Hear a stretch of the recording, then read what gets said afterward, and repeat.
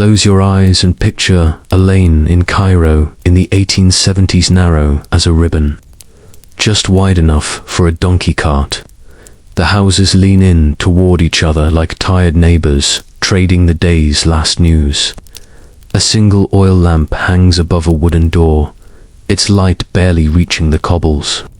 Somewhere, far off, a drumbeat from a wedding procession thumps once, and then the sound folds into the dark dot. In one of these houses sits a man named Ahmad ibn Yusuf, 34, a weaver like his father before him. For 15 years he worked a loom in the Guraya quarter, throwing the shuttle back and forth to make cloth that held a family together, a wife, 3 children, rent paid, bread on the table. The loom's rhythm became the rhythm of his life. Tick, shush, pull, tick, shush, pull, steady as breathing. Then the rhythm broke. A court clerk, writing in tight lines in 1871, described Ahmed as thin, hollow-eyed, answering questions. In fragments, speaking of Ginsberezzi, felt at his back when he walked home at night. The clerk's pen was brisk and unsentimental, but you can still hear a pause in the strokes, as if the scribe set down the nib to look at the man in front of him and wonder how a weaver comes apart. To understand that unraveling, we'll keep our voice low and move slowly through the wider room around him. Early in the century, Egypt was being pulled 2 ways at once, still linked to the Ottoman world, but now under the bright, steady stare of European power. Muhammad Ali Pasha can think of him as a strong viceroy with royal ambitions, pushed hard to modernize. He reorganized the army, built factories, taxed land, and tried to make Egypt stand tall in a world that measured strength by production and guns. On paper, it was progress, but progress keeps a ledger. On one side of the page, impressive numbers. On the other, small lives in red ink. For families like Ahmad's, the damage began quietly. Cheap European cloth arrived by ship uniform, machine perfect, and undercutting local prices. Guilds part union, part trade school, part neighborhood safety net lost their grip. New taxes raised to fund grand projects pressed into households already close to thin. When business slowed, a weaver could not simply pivot. A loom takes space, thread costs money, credit dries up exactly when you need it. Then came the cotton boom of the 1860s. When the American Civil War choked off US cotton, Egyptian fields turned white with new plantings. Landlords got rich. Peasants were pushed off lands or pulled into forced labor. Many poured into Cairo to look for work that did not exist. Rooms meant for one family held 2. Wells turned foul. A cough moved through hallways and became a fever. In that crush, the old patterns that had held a city steady guild favors. Cousin networks, the baker who said pay me next week, all frayed.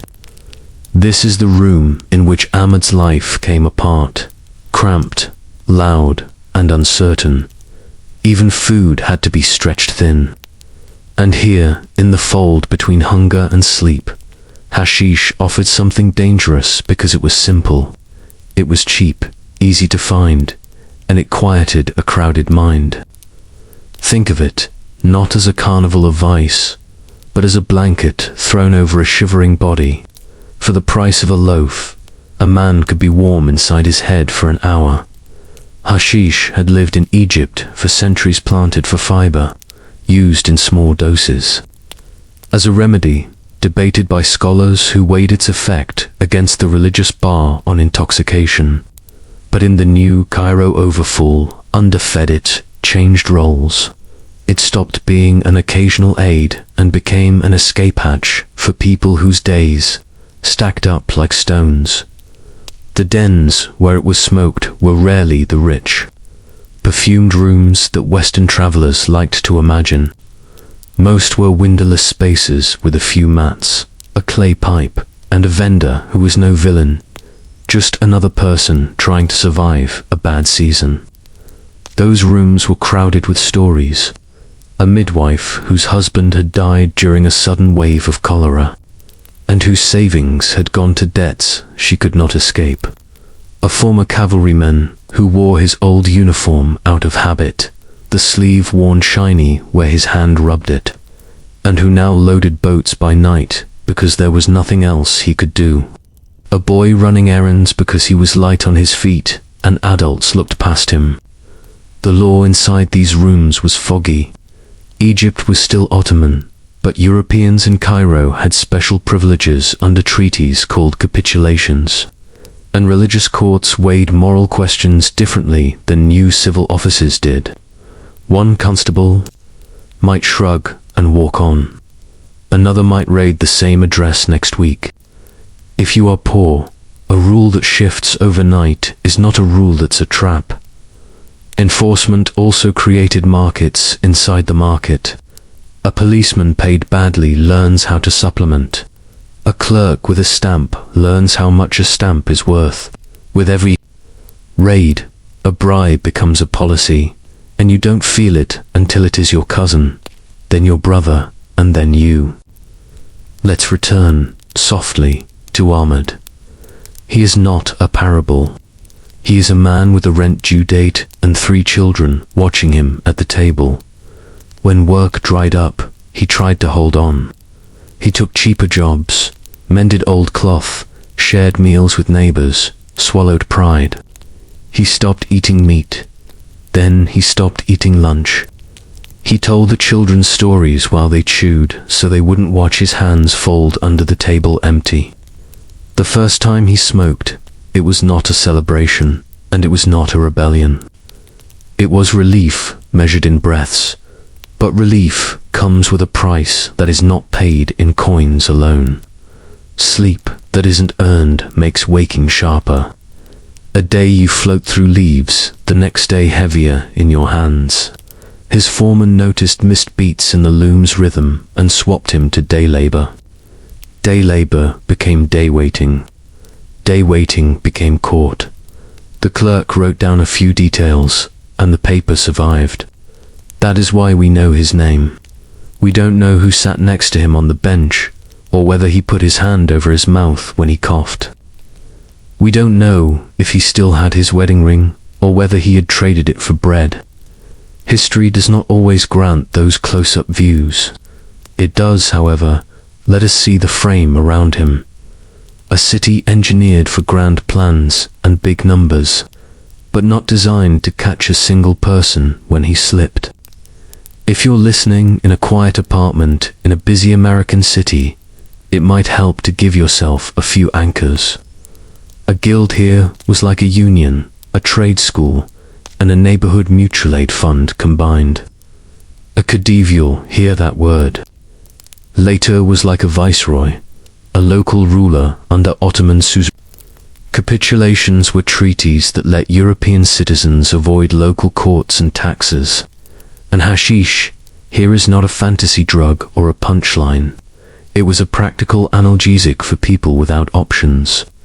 When we understand vocabulary, we can soften the outline of judgment and see the people inside. Cairo at night was not only sorrow.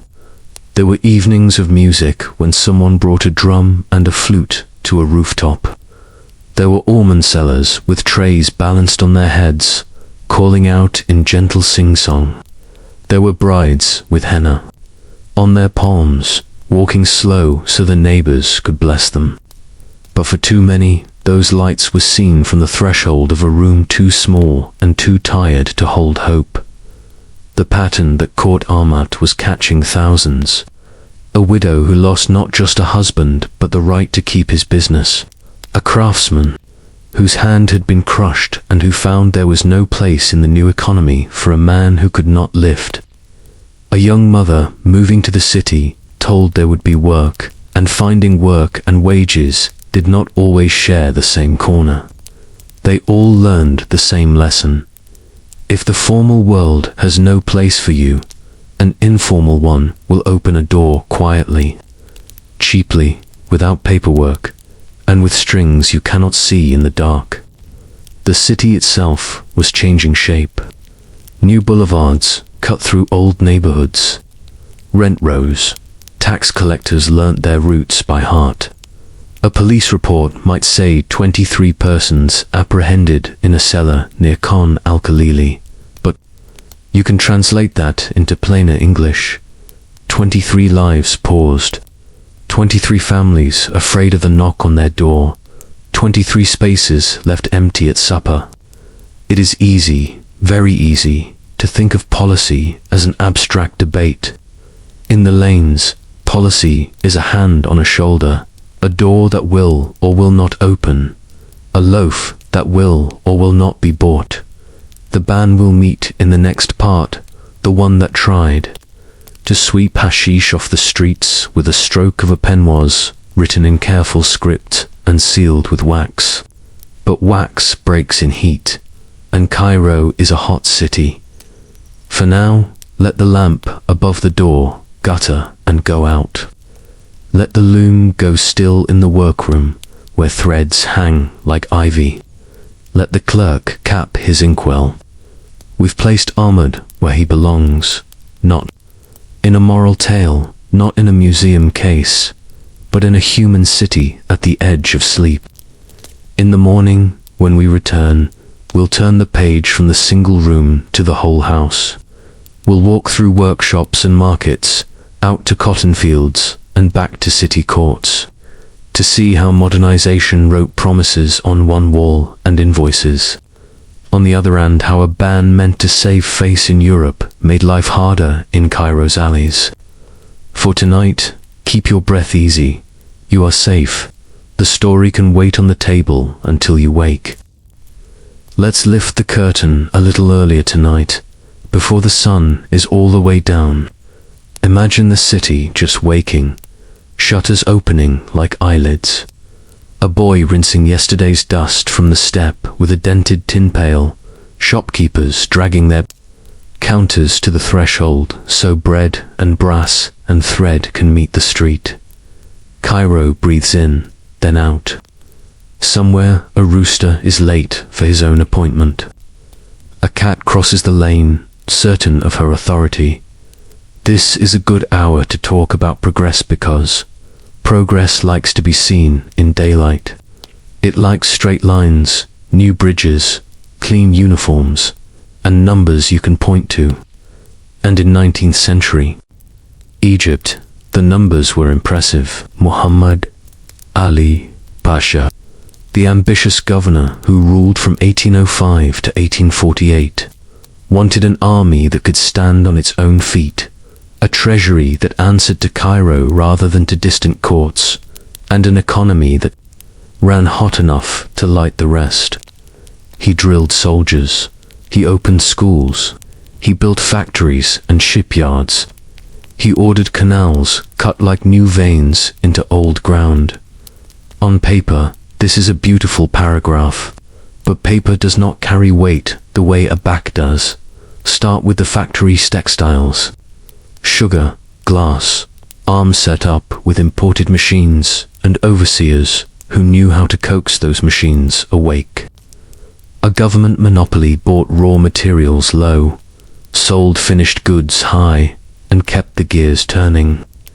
If you were a farmer, you might be told what to plant and when to deliver it. If you were a craft worker in the city, you looked up from your loom or die, that and saw a different world, assembling itself at the edge of town faster, louder, and connected by contracts written in languages you did not read. Now add the ports and the ships. Steam cut across the Mediterranean like a knife. Bales of cloth from Manchester and Lyon Road into Alexandria and then up to Cairo along roads and canals that Egypt itself had paid to build.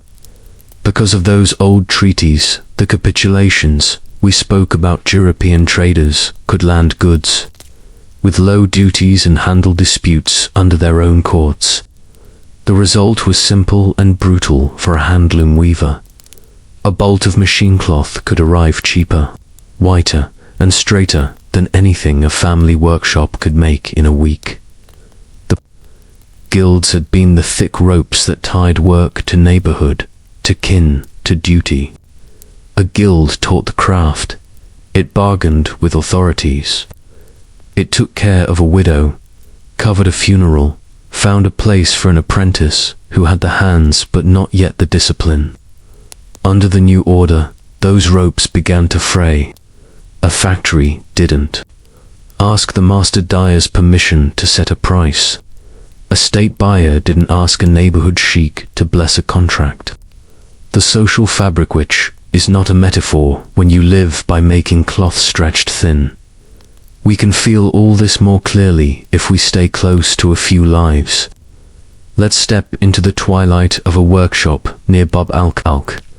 Indigo stains the floor, the ceiling beams, the backs of hands. Haj Salim, a dyer with 30 years practice and a spine like a plumb line, tips a skein of cotton through a clay jar, counts off the beats that mean the color will take, and lifts it to drip. Long ago, the guild gave him the right to hang a sign to blue circles over his door. It was a promise to customers and a small shield against bad luck. Then the ships came with aniline diced sprite, and fast followed by a flood of imported cloth already finished. Customers turned toward the novelty. Merchants watched their ledgers and quietly stopped ordering local work. The guild still collected dues, still wrote respectful letters to officials. But influence is a scent, and in Salem's Lane you could smell it fading. A few apprentices drifted to the railway yards. One went to a tobacco workshop. The youngest simply stopped showing up. By the time his youngest daughter married, Salim's 2 blue circles were more memory than guarantee. Now lift your eyes from the workshop to the fields. In the 1860s, an ocean away, the American Civil War jammed the flow of cotton to Europe. Prices shot up. In Egypt, cotton was suddenly a gold crop. Landlords fenced more land, dug new ditches, ordered more seed. Officials pressed harder for deliveries. Peasants who had once planted a mix of grains and vegetables now found themselves told, firmly, to plant cotton and to bring it in on time, or pay a tax in coin they did not have. The boom did what booms do. It made a few very rich, pushed many into debt, and tied whole villages to a single plant. Men were pulled into corvée, unpaid labor for canals, roads, and embankments, leaving their families to manage fields already promised to an overseer's schedule. When the war ended and American cotton came roaring back, prices collapsed. Debts did not. A cow sold to pay a tax was a cow that did not feed children next spring. A small plot mortgaged to meet a delivery date was a small plot lost. Where do people go when a village can't hold them? They follow the river north. They follow rumor. They follow cousins who send back word that there is always work tomorrow. In Cairo, whole families arrived with bundles and the address of an uncle scratched on a scrap of paper. They found rooms cut in half, then in quarters, by landlords who realized a house could be made to hold more tenants than its walls would admit. Courtyards filled with cooking fires. Water jars emptied faster than carriers could refill them. Waste, human and otherwise, found the lowest ground and stayed there. Let's walk with one of these families, Nafisa, a woman in her 30s, with a stubborn jaw and a scarf pinned tight against the dust, and her 2 children. Her husband had been called to work on the canal near Zifta. He came back with a cough and a wrist that never fully bent again. Taxes were due. The cow had already been sold. The village learned to look away from their door when she passed. There is a kind of loneliness that begins before you leave. She rides a flatbed cart into Cairo with other families and steps down at Sayyida Zainab. A cousin has promised a corner of a room near the mosque 1 mat's width for sleeping, a trunk to serve as a table, and a shelf for a pot and 2 bowls. Morning brings a hunt for work, washing, mending, carrying, rolling tobacco leaves in a workshop where no one speaks louder than a whisper and the clock counts each minute. By week's end, the sums refuse to meet. Bread, rent, lamp oil, a cupful of beans, a handful of dates for the children. She swallows pride until it scratches the inside of her throat. Progress has other faces. Tooth, new boulevards cut straight through the old maze. Gas lamps flaring along widened streets. The opera house opening with music fit for Europe's ear when the Suez Canal celebrates its first guests. There is a fine fever in a city that can say, "Look at this," and make foreign dignitaries nod. Debt pays for much of it. Debt has a schedule. European creditors have opinions. To keep the books pretty, taxes rise where people are too tired to argue. And then there are the uniforms. Policemen drilled to step in time. Clerks trained to make new ledgers. Judges in the mixed courts coming soon in the 1870s to settle disputes that cross different legal worlds. The old habit of walking to a neighborhood elder with a problem meets the new habit of standing in an office line under a sign you cannot read. If your trouble is simple and clean, the new way is quick. If your trouble is complicated, as most poor people's troubles are, the new way offers narrow doors and many fees. You can see now how the path narrows for a man like Ahmed the Weaver. From part 1, his loom could carve a living when the guild could guarantee a price and the alley could promise custom. Against a factory ledger, a handloom is poetry trying to pay rent. He doesn't have the savings to ride out a slow season, or the patron with a forgiving smile, or the right to knock on the big door and ask for a contract. When day wages replace a steady shop, each morning becomes a test. He passes some, he fails others. Hunger makes counting hard, and this is where hashish begins to change shape. In earlier generations, it was medicine in small uses, an herb you might turn to for pain in a tooth, in a knee, in a heart that won't quiet itself at night.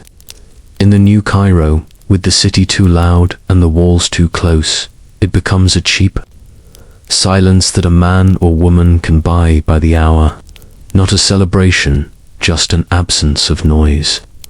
When your shoulders carry a day that won't end, an hour with less weight can feel like the difference between continuing and not. None of this is written to excuse. It is written to explain, because explanation is a form of respect. Progress stacked benefits where power already lived. In palaces, in ministries, in counting houses, in salons where foreign languages tasted like opportunity. Costs slid downhill into rooms cut in quarters, onto backs bent double, into hands that still shook with skill but could no longer find buyers for what those hands made. There is a sharper edge still. When the government needed to prove to creditors that Egypt could behave properly, it learned to hold up numbers that looked good from far away. Canals measured in miles, arrests counted in columns, revenue in tidy rows, a ban on hashish. In the 1870s, by the Khedive will meet more closely, soon made for a strong line in a report. But a line in a report is not a blanket for a cold child. It does not feed a widow. It does not replace a guild's quiet charity. It does not repair a dyer's reputation when an imported purple steals his customers. The city, meanwhile, learned new manners of endurance. Women like Nafisa traded time and tasks, taking turns watching each other's children so someone could chase wages. Men formed small rotating credit circles, each slipping a few coins. into a common bowl so that, once a month, one family could catch up on debts or buy a tool. Boys carried water jars and news. Girls learned to stitch fast and neat and to hear danger through a wall. We should also say, because it matters, that progress was not only a thief. Vaccination campaigns slowly took root. Print found its way deeper into the city. More boys, and some girls, learned to read. Bridges shortened dangerous crossings. Canals, for all their cruelty in the making, watered fields that had starved in drought. In other words, the ledger was not all black or all red. But for those caught under the heaviest entries, artisans, eclipsed by factory cloth, peasants squeezed by cottons, boom and bust, widows boxed out by new commercial rules, the promise of improvement felt like a story told about someone else. And so our lane returns to evening. Lamps bloom. A seller of roasted chickpeas sings the same 4 notes he learned from his father. A policeman passes and nods. He has children at home too. In the cloth market, a merchant runs his thumb along a bolt from Europe and tries not to think about his cousin who still weaves by hand. Across town, a landlord counts rent from 5 rooms where there used to be 2. Inside one of those rooms, a man watches his children sleep and tries to add tomorrow on his fingers. The sum will not come. He needs an hour of quiet before dawn. He knows where to find it. That is where we go next. Tonight we walk with soft feet, down 2 turns from the coppersmith's lane, past a bakery that keeps its oven warm long after midnight. There's a doorway that never quite shuts. The wood is warped, and the latch learned long ago to be indecisive. From the street you can see only a slice of the room beyond. A clay jar of water, a coil of hose, the dull glow of a charcoal ember, turning itself slowly into tomorrow. The man who keeps this doorway is called Abu Farid.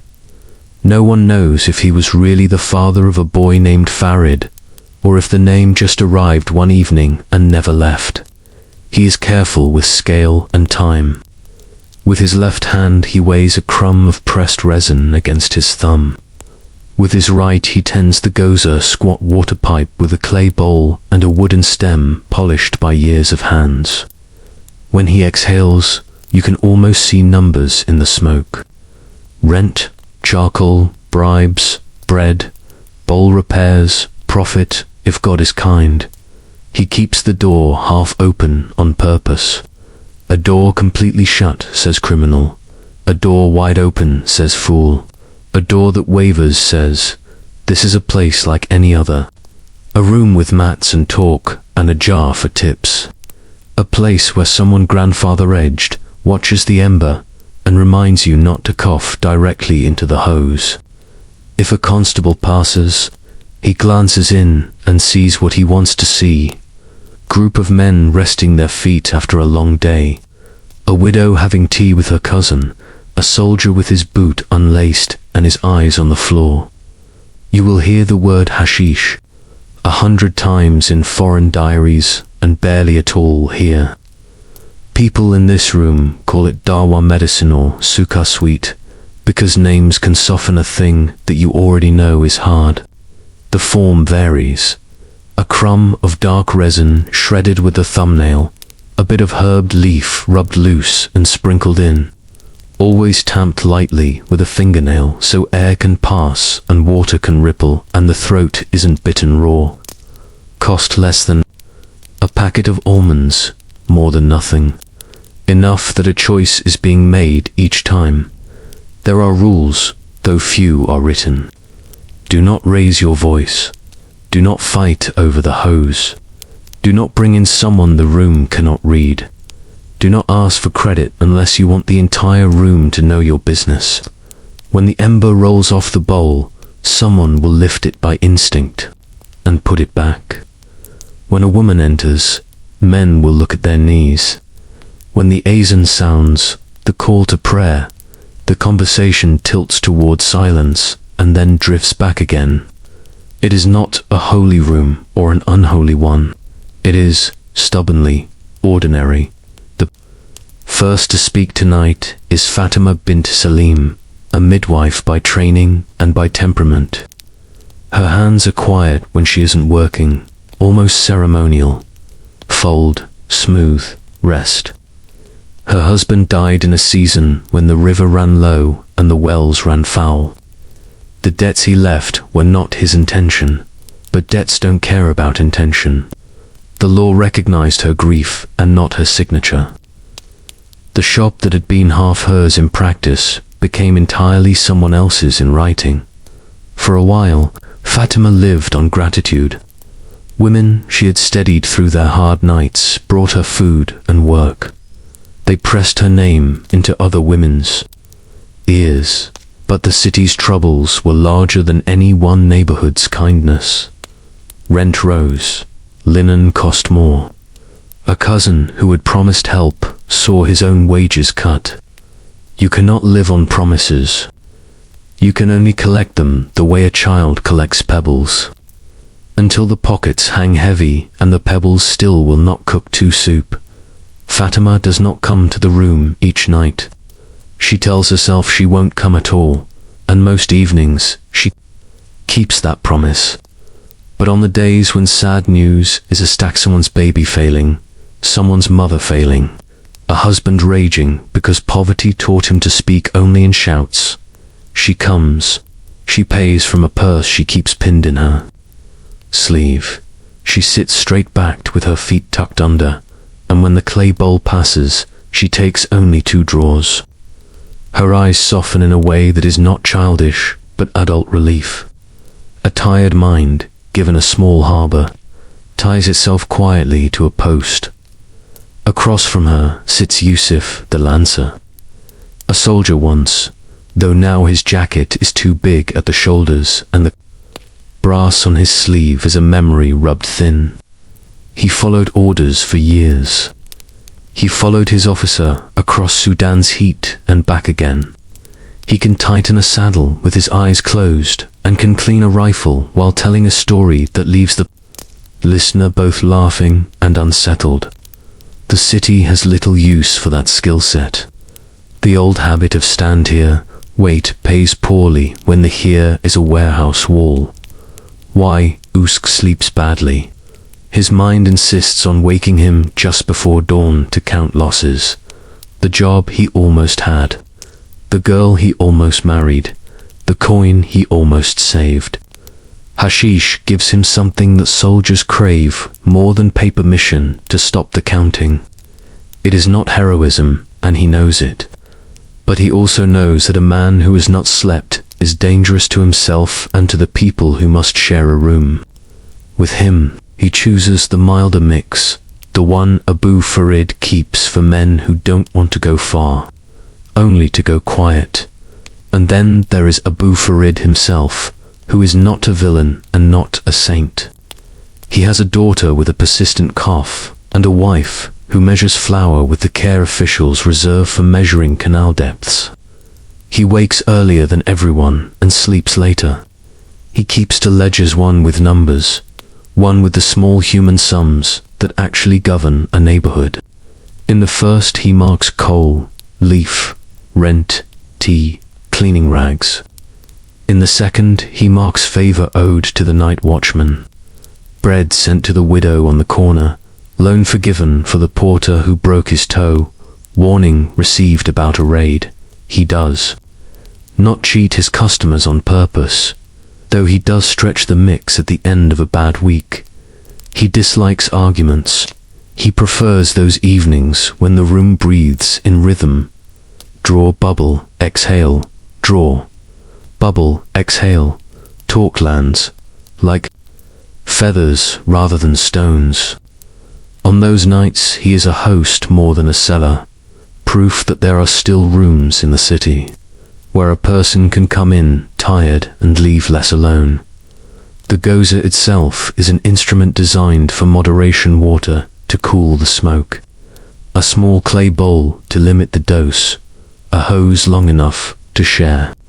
The practice, in its better form, has rituals that slow you down. Rubbing the crumb into the leaf, pinching a channel for air, bringing the ember from the brazier and seating it gently. These are motions that refuse haste. The first draw is cautious, the second generous, the third unnecessary if you are honest. The water bloops in its jar and, just for a heartbeat, all the city's schedules wait in the alley. Not every room like this has such luck. Some dens, pressed by crackdowns and rising costs, doctor their mix. Some sell stronger product because the risk of being caught is the same whether a man buys mild or fierce. Some owners have learned to harden their face and their heart. When a mother asks for credit, they point to a sign that says no. Abu Farid is not proud, but he still keeps a second tin for people who are in trouble. He can recognize trouble he could himself fall into if the month turns mean. The supply that feeds his pipe comes by river and road, in sacks of henna and bales of straw, tucked under boards in a fairy punt, or stitched cleverly into the hem of a donkey's pack. Sometimes it comes with laughter, carried by young men who treat smuggling like a game. Sometimes it arrives with eyes downcast, brought by farmers whose wheat field was swallowed by a debt that sprouted faster than grain. Everyone along the chain takes a slice, because everyone along the chain has a child somewhere who wants lentils and oil and shoes. Outside the doorway, Cairo is teaching itself to be modern and to be hard at the same time. New lamps clean the darkness off the main roads. New stations whistle and time their departures using clocks imported with pride. The mixed courts are learning to speak 3 languages at once, and in the alleys, rooms like this one are learning how to avoid being noticed by men with uniforms and quotas. Why not stop? Asks a voice that is rarely heard in this room, but often heard beyond it. It is a fair question, and it deserves a fair answer. For Fatima, stopping means facing every ache with nothing but fortitude, a resource she has not run out of, but which does not refill itself for free. For Yusuf, stopping means nights that stretch long and bright with memories he cannot file away. For Abu Farid, stopping means closing the one door he knows how to keep open and meeting a rent collector with empty hands. It would be simpler if this were a story about villains and captives. It would be easier if the den were a cave and the owner a wolf. But mostly what lives here are ordinary bargains made by people who have run out of extraordinary options. The hour purchased is not ecstasy. It is less noise, less hunger, less shame. The danger is not in the first hour, and not always in the hour after. It is in the math that this hour invites you to repeat tomorrow and the day after, until repetition becomes reliance.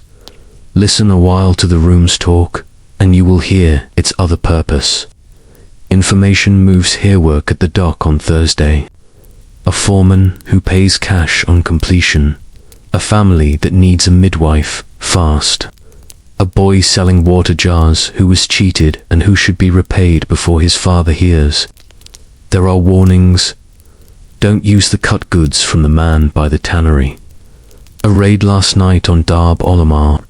The sergeant with the scar on his lip takes bribes, but insists they be wrapped in newspaper and delivered by someone with clean hands. Rooms like this become switchboards when the city's official lines are down. There are lines the room will not cross. Politics enters the way, a fly dust persistent, unwelcome, hard to thwart, and then leaves by the same path. Blasphemy is not tolerated. Even people who have learned to test rules understand that some borders must stand if a neighborhood is to be a neighborhood and not a storm. When the azan lifts again from a nearby minaret, a few stand, a few don't. and no one uses the moment to judge. Faith here is not a speech. It is a vocabulary for sorrow and thanks. If you are listening now from a dim kitchen in Chicago or a dorm room in Dallas, you might be wondering how something so small, a crumb warmed in a bowl, matter enough to fill a whole night's telling. But small things rule our days. A bus that arrives exactly on time can change a week's fortune. A kind word at the right minute can unstick a throat that was learning to harden. A price that stays low for 1 month can keep a family in their room instead of on the street. For the poor in 19th century Cairo, an hour of manageable quiet sometimes meant the difference between holding on and letting go. And yet, we cannot pretend the hour is free. Fatima has days when the world seems farther away after she leaves this room, hushed in the wrong way, as if she's listening through water. Yusuf has mornings when his hand shakes more than a soldier's ought to shake. Abu Farid has nights when he leans on his counter and wonders if he is offering medicine or permission to drown a little faster. He argues with himself. He counts. Again, he tells his daughter a story from when he was young, about a peach he ate so slowly it lasted the whole afternoon. He stirs the ember and opens the door another half-inch, as if to let the room breathe. Soon, this kind of room will be asked to live between 3 laws at once. Religious law warns against intoxication. European law arrives with its own definitions and protections. Egyptian administrative lawyer to show the world a modern face will write bans and authorize raids and measure success in the length of the seizure list. People who never sat on these mats will debate what happens here with great certainty. People who sit on these mats will learn to listen for footsteps in the alley and to read a new kind of weather. Before we leave, let the goza bubble one last time. Watch how each person touches the hose with the care one reserves for a shared tool, a broom, a kettle, a pen that everyone respects. Watch Fatima stand and check her purse and nod to Abu Farid, as if to say, not thank you, but later. Watch Yusuf loosen his bootstrap, thinking half about the memory that will be quieter tonight, and half about the one that won't. Watch Abu Farid blow on the coal, and then balance it perfectly on the clay, so it looks, for a second, like a small red moon on the street, the bakery's oven size, as if relieved to be done with the day. A donkey stamps. The city's pulse slows to the rhythm of 1,000 human chests trying to convince themselves they can keep going.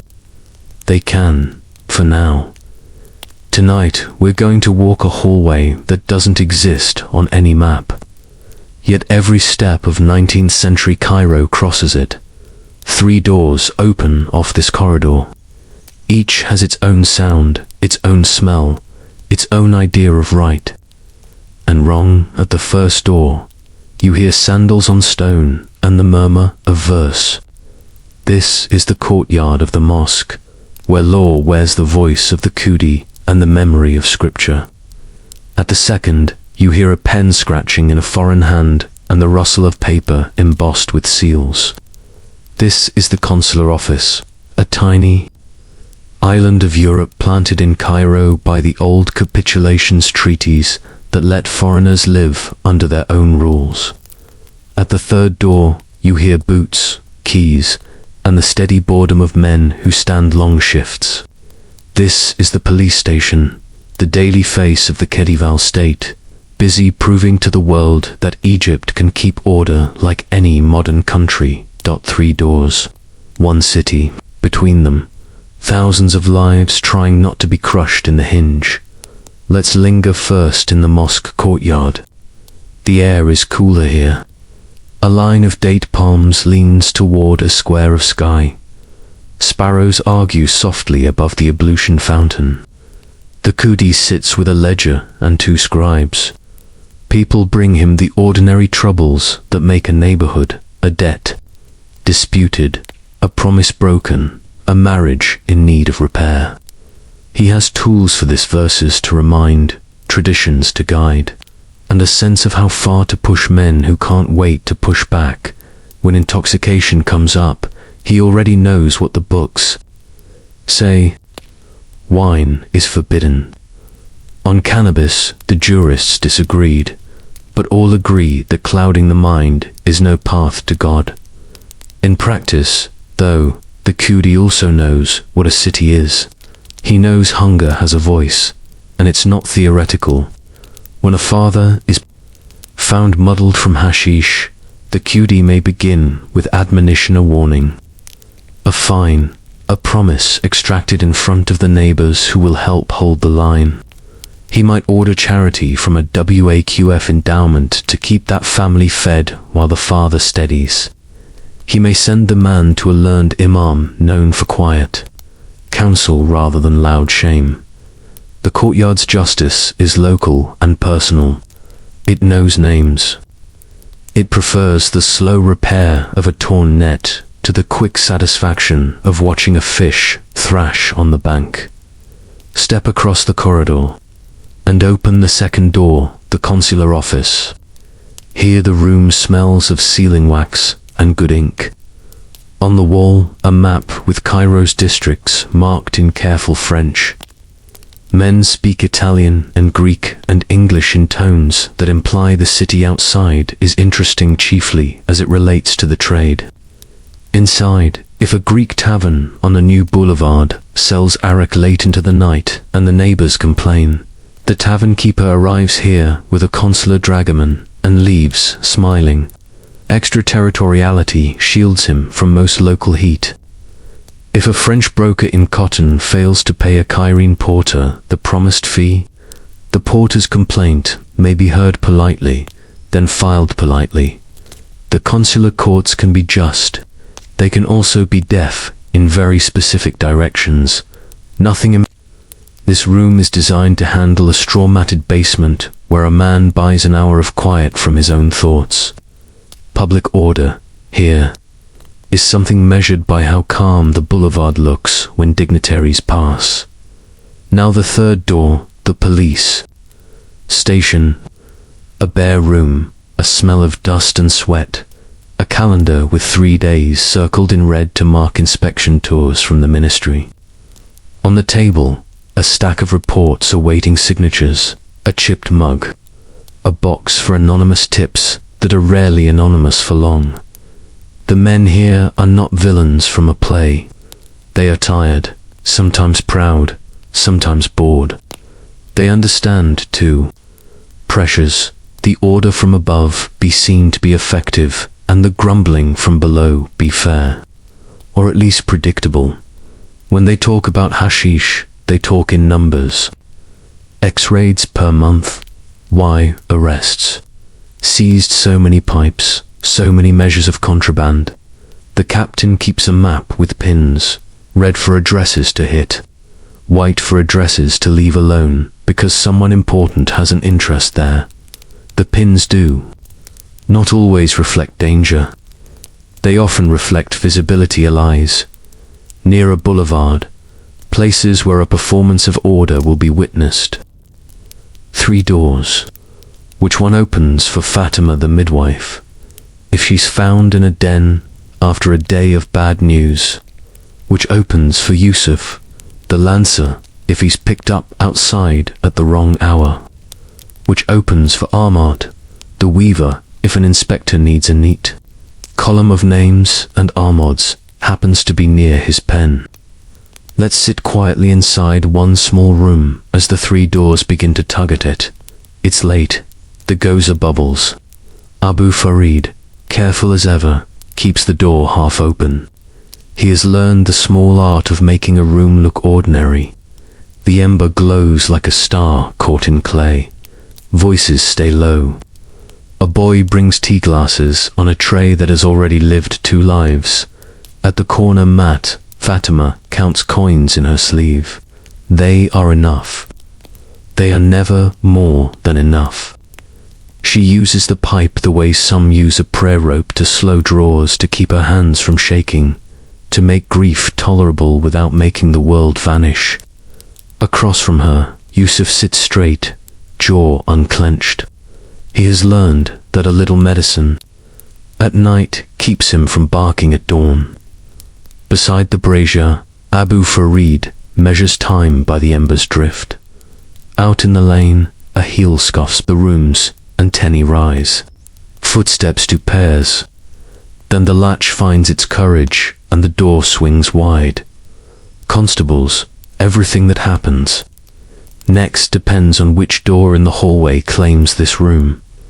If the mosque's door is nearest, the constable may frown, take names, and escort the group to a neighborhood elder who will bind the trouble with a rope of obligation.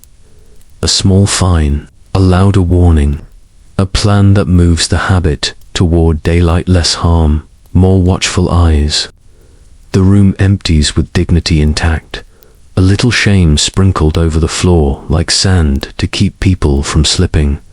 If the consular door leans closest, the constable will glance at faces, decide there are no Europeans here, and not bother the boulevard that runs under foreign protection tonight. The pins on his map are not for those streets. He will lean harder into lanes like this one, where the sums add cleanly and the paperwork doesn't talk back in French. If the police door wants its numbers, if the captain needs 32 arrests this month because a ministry official will soon be touring the station, then the room learns what it is to be counted rather than seen. Names, ages, occupations. The pipe becomes evidence. The ember is ground out with a heel and enters a ledger as contraband of a certain weight. Bribes, let's not pretend, are a language everyone in the city speaks, but their grammar changes daily. Sometimes a coin returns you to your mat. Sometimes it adds a charge, attempted corruption of an officer. Tonight the ledger is hungry. Fatima is told to stand. She lifts her chin. To the constable's credit, he keeps his eyes level. The law at his back says nothing about widows or midwives or hands that have saved infants' first breaths. It says possession, consumption, premises used for phrases that fit on a line and never in a human mouth. Yusuf gives his name and hears the old rhythm of command in the officer's voice, which somehow stings more than the hand on his elbow. At the station, the hallway divides again. Some cases are shuffled toward the religious court, where the Kudi still tries to fix people rather than figures. Others head toward the administrative bench, where bylaws and decrees pile up like bricks, and the judge is measured by how swiftly he stacks them. And some vanish into the mixed and consular worlds when a foreign name or contract is invoked, worlds where, to be plain, a Cairene without papers holds as much weight as a feather in a breeze. This is where a city learns what unequal law feels like on skin. In the European Quarter, a wine merchant's party hums under gaslight. If the neighbors complain, the matter is a consular question. In Seyte Zainab, a goza shared after a 12-hour shift becomes a matter for public order. In the Kudi's courtyard, a man might be told to pray, to promise, to seek help. In the station, he is told to sign. None of the three doors lies. Each tells a piece of truth. The mosque door remembers that a person is more than a moment. The consular door remembers contracts and the rights of commerce. The police door remembers that crowds can turn and that a government must, sometimes, show its teeth, but together, unsorted, they grind. Let's watch how grinding becomes policy. In a hot office near the Citadel, a colonel draws a neat graph on cheap paper. Raids up, seizures up, complaints down, at least on paper. He drafts a memo that says what men in shiny boots like to hear, that Cairo's alleys are learning not to misbehave. In another office, a minister prepares to welcome a European banker who wants proof that Egypt can be as clean as a ledger. The minister does not need to clean the city. He needs to clean the report. Downstairs, the captain looks at his own map. He knows which addresses carry risk and which carry applause. A den near the bazaar is a good pin. Locals will grumble, but the newspapers won't. A club with imported drinks on a street lined with consulates is a bad pin. It leads to phone calls with accents. He picks the good pins. His men go where law is easiest to write, and in that choosing, a habit takes hold. Poor rooms become the stage on which the state proves itself to richer eyes. Small offences carry large consequences, because small offenders cannot push back with letters sealed in wax. The mosque notices. The imams talk about two intoxicants, the one in the pipe and the one that makes respectable people numb to suffering. Some urge patience and mercy treat causes, not only symptoms. Others, anxious to show moral backbone in a time that demands spectacles, argue for hard lines and harder hands. The courtyard itself becomes a debating chamber where the city's conscience worries itself thin. Meanwhile, the mixed courts new, elegant, speaking 3 languages at once, learn to love paper. They excel at commercial disputes, at cases where a number can be audited and a clause can be weighed. A landlord seeks to evict a family because a cousin smoked in the stairwell. The judges will ask for contracts, for proper notices, for proof of breach. The family's proof of having nowhere else to go is not a legal category.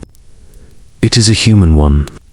And the court built to stitch Egypt to Europe with silk thread cannot always hold it. Back in the station, Inspector Mom Defendi starts a diary because men who are not listened to sometimes learn to listen to themselves. He writes short entries, each starting with the weather, as if conditions outside should excuse conditions inside. Hot, 2 raids. 1 easy, 1 stubborn. The boy with the bad shoe ran. Why do they always run? Because we always chase. The pages collect small regrets he cannot voice in reports. Arrested a man older than my father. He apologized to me for making me stand in the sun. He does his job. He is not blind in our small room. Abu Farid survives by learning the shape of the pins. He moves his brazier 3 nights a week. He trims his hours. He teaches regulars. The signs, 2 taps on the door safe, 3 taps wait. No taps go home. He takes smaller profit and gives away more tea. His wife says nothing, which is one way of saying everything. Fatima adapts to. When the door splinters again, she learns to place herself in the threshold, where her body can be read as both inside and outside. Sometimes the constables choose to read her as leaving. Yusuf begins to break his evenings in half in the room, half walking the longest streets he can find, because walking is its own medicine. If you go far enough to forget why you started, we could invent a villain here and let him carry the blame. It would make the story simple, but the truth is more ordinary and more dangerous. Ambiguity itself becomes the oppressor. When law is plural, power belongs to those who can choose the door. When doors are chosen for you, any step can be a misstep, and so pressure climbs, from consulates that want calm boulevards, from creditors who want tidy reports, from preachers who want vice chased with zeal, from neighbors who want their alleys safe for children at dusk, from men in offices who want graphs that slope the right way. All these hands push on the same small rooms. By the early 1870s, the hallway hums. The doors no longer merely stand, they swing. The coolie scolds, the consuls write, the police march. It is the perfect moment for someone to propose a single, simple line, a decree that says, clearly, what will and will not be born in Cairo. A line that feels like order on paper, even if it becomes chaos in practice. Picture a sheet of thick paper laid flat on a polished desk. The script is careful, loops and ligatures like laced. At the bottom a seal cools in red wax. Somewhere outside that office, Cairo moves as always. A crier hawking roasted chickpeas. A donkey protesting its cart. A seamstress setting a thimble. On her finger with a sigh. But on the desk, the sentence looks simple enough to conquer a city. The cultivation, sale, and consumption of hashish are hereby prohibited in all the lands of Egypt. A straight line, a clean promise, a decree. For the Khedive Ismail to show creditors who were counting not only coins but manners. The number of schools, the number of roads, the number of arrests, all. The proof that Egypt could perform civilization on Europe's stage. The ban did not arrive alone. It came with circulars to governors, targets for stations, tables, to be filled in crisp columns, raids conducted, pipes seized, measures confiscated, persons detained, convictions obtained. If you've never sat behind such a desk, it is easy to forget how intoxicating neat columns can be. They turn noise into order. They turn the stubborn, humid density of life into integers that fit on one page. You can show them to a banker, to a consul, to a visiting journalist. You already know what that line will say. They do not smell like sweat and charcoal and fear by week's end. Little wooden boards went up in station rooms across the city with chalk headings, this month's objectives, and a list under them. The captain would tap the board with a knuckle and the chalk dust would rise like a tiny amen. His men understood. So did the city, which is faster than any ministry at reading the drift of weather. If you were a constable, the ban solved one problem and created three. It told you what the state wanted. It did not tell you how to get it, without breaking something you might prefer to leave unbroken. Inspector Mahmoud Effendi started a diary the day the circular reached his desk. We met him from a distance before. Now we'll stand closer, just long enough to learn his handwriting. Satu Barmada, hot wind. Morning briefing order to suppress Gozas in Darb Alamar and Gareya. Captain wants a report with 30 names by week's end. We don't have 30 villains. We have 30 tired men and women, but the chalk will want 30 all the same. Tiga Bermuda. Cooler. First raid afternoon prayer. 20 persons. 12 older than my mother. One boy small, quick, tried to run and tripped on the threshold. No injury, he cried without sound. The room smelled like mint tea and worn sandals. 7, Bermuda, dusty. The Goza is not the enemy.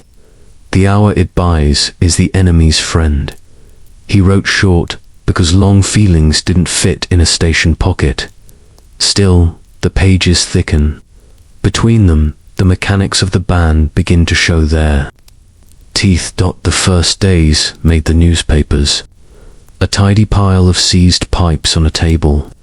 A line of men and a few women with their shawls pulled tight.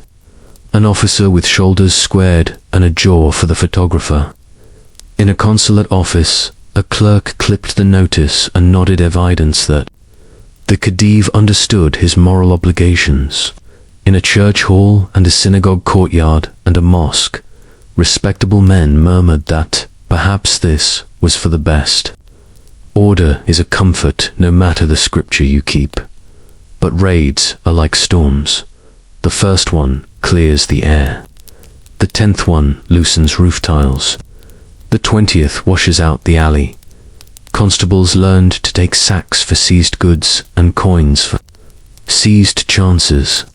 Bribes existed before the ban, but the decree gave them a schedule. A small sum for a warning whisper. More for a door left unopened. Still more for a ledger entry that miscopied a name. Refuse a bribe, and you had a fight. Accept one clumsily, and you had a witness. Accept one smoothly, and you had a habit. The ban did not invent corruption. It put it on a timetable. Rooms like Abu Frid's tightened their rituals. Fewer strangers. Earlier closing. Teas served in cups with no handles so you couldn't drop them and shout by accident. Hashish changed, too. When a thing has to move. Farther underground, it grows stronger zia to hide in smaller parcels, easier to sell dear in shorter meetings. What had been a mild hour with a bubbled goza became, in some quarters, a harder plunge from a lump that hissed when you held it to a flame. The ban meant to thin the smoke. It thickened it. The law's words were clear. Its edges were not. What counted as a den? How many people made a gathering? Was the boy in the doorway a customer or a child sent to call his mother home? Did a midwife with 2 small drawers belong in a cell? The decree did not answer. Captains did, judges did, quotas did, and because Cairo was now a city with 2 kinds of streets, the ban landed differently depending on the stones under your feet. In the districts where Europeans took the evening air, wine glasses clinked and the talk drifted toward art and business. If anyone spoke the word hashish, it was as a curiosity or a cautionary tale about those neighborhoods. In Saida, Zainab, in Gamaleya, in the Khalifa quarter, the ban landed as a boot. It is time for a man whose name is Yusuf al-Najjar, Yusuf the carpenter, to walk in and sit with us a while. He is narrow-shouldered and quick with his hands, the kind of man who learns by watching, then doing, then smiling when the joint fits snug without a hammer. He learned in his uncle's shop to read wood the way some men read faces. This board is patient. That one will warp if you scold it. He kept his family wife, 2 small children. Mother with a cough fed on cupboards and stools and beds the color of warm bread. Work is honest, but it is not always steady. When the cotton bust rippled through the bazaars, customers postponed purchases. A man can sleep on a mat 1 more season, he tells his wife, and he is not wrong. Yusuf took day jobs, carrying planks for a contractor who smelled like cologne, and debt, fixing a broken gate in a courtyard that would not see him as anything but help. Some evenings, when the day had been harder than the coin suggested, he stopped at a room like Abu Farid's, took 2 drawers, drank 1 small glass of tea, and went home in a straighter line than he would have without the pause. On a damp night, after the ban, the constables chose his room for their numbers. The captain had circled 3 addresses in red pins. Us spectacles. Quick in, quick out. Presentable arrests. No consular complications. The file needed 30 names before an inspection. Somewhere, a bank ledger wanted an entry that said public order, improving. The men pushed the door, counted the bodies, and began to write why USUF had no previous record. He had a toolbox with his name burned into the lid, a wife who did accounts in her head as fast as men with paper, and a month ahead with just enough work to make hope a reasonable use of time. The charge on the sheet was not weighted for any of that. It was written in lines that never bend. Possession and consumption in a place used for the same. His sentence, 6 months at the Citadel. Hard labor, The citadel sits above the city like a held breath. Inside, Yusuf learned the new grammar of days. Wake before dawn, bread that tasted like dust. A line to the yard, a pick, a pile of stone that refused to become smaller no matter how many times he lifted and let it fall. A guard who was not cruel but who had nothing else to offer. A ledger that turned a man's hours into markston, not done without acknowledging the weather in his chest. He found friends the way men always do, when they are pressed together. A tailor who told jokes with the timing of a master drummer. A porter who had carried more sacks than most men will see in a life and whose back now spoke louder than he did. An old man who coughed his way into the infirmary and came back out thinner by 2 ribs, if such a thing is possible. They traded advice and pebbles of sugar and the names of children. His wife, Zainab, walked to the gate once a week. Sometimes she was allowed to leave a parcel flatbread, olives, a piece of dried cheese or a note written by a neighbor who knew letters. Sometimes the guard waved her away because the rules changed and no one had told him the new ones yet. She learned the price of such days and brought small coins wrapped in fabric the color of patience. The coins helped. They also taught a lesson she had never wanted to learn, that even the most dutiful life is vulnerable to a toll at every bridge. At home, the toolbox stayed shut. The landlord was patient for 1 month, then less so. Zainab sold a bracelet her mother had given her, a carpet they had hoped to keep, a lamp that had made the children's eyes wide the first time it flared. The older child Liat left school to carry water jars in the morning and thread needles for a neighbor in the afternoon. The younger Mariam, 5, learned to press her hands over her stomach when it spoke too loudly. YUSUF counted the days as scratches on the underside of his bunk. He thought about joints he could cut with his eyes closed and about the soft tap of a well-set dowel. He promised himself he would not return to the den, not because it had ruined him, but because he now understood how the world had decided to weigh his breath. He believed that men could change their habits if given a fair accounting. He promised the walls he would try. On the day he walked out, the city looked exactly the same to a stranger and completely different to him. He had lost customers who could not wait. He had lost the rhythm in his hands that only work sustains. He had lost the cloak of plausible respectability that protects a man during a bargaining session with a landlord or a shopkeeper.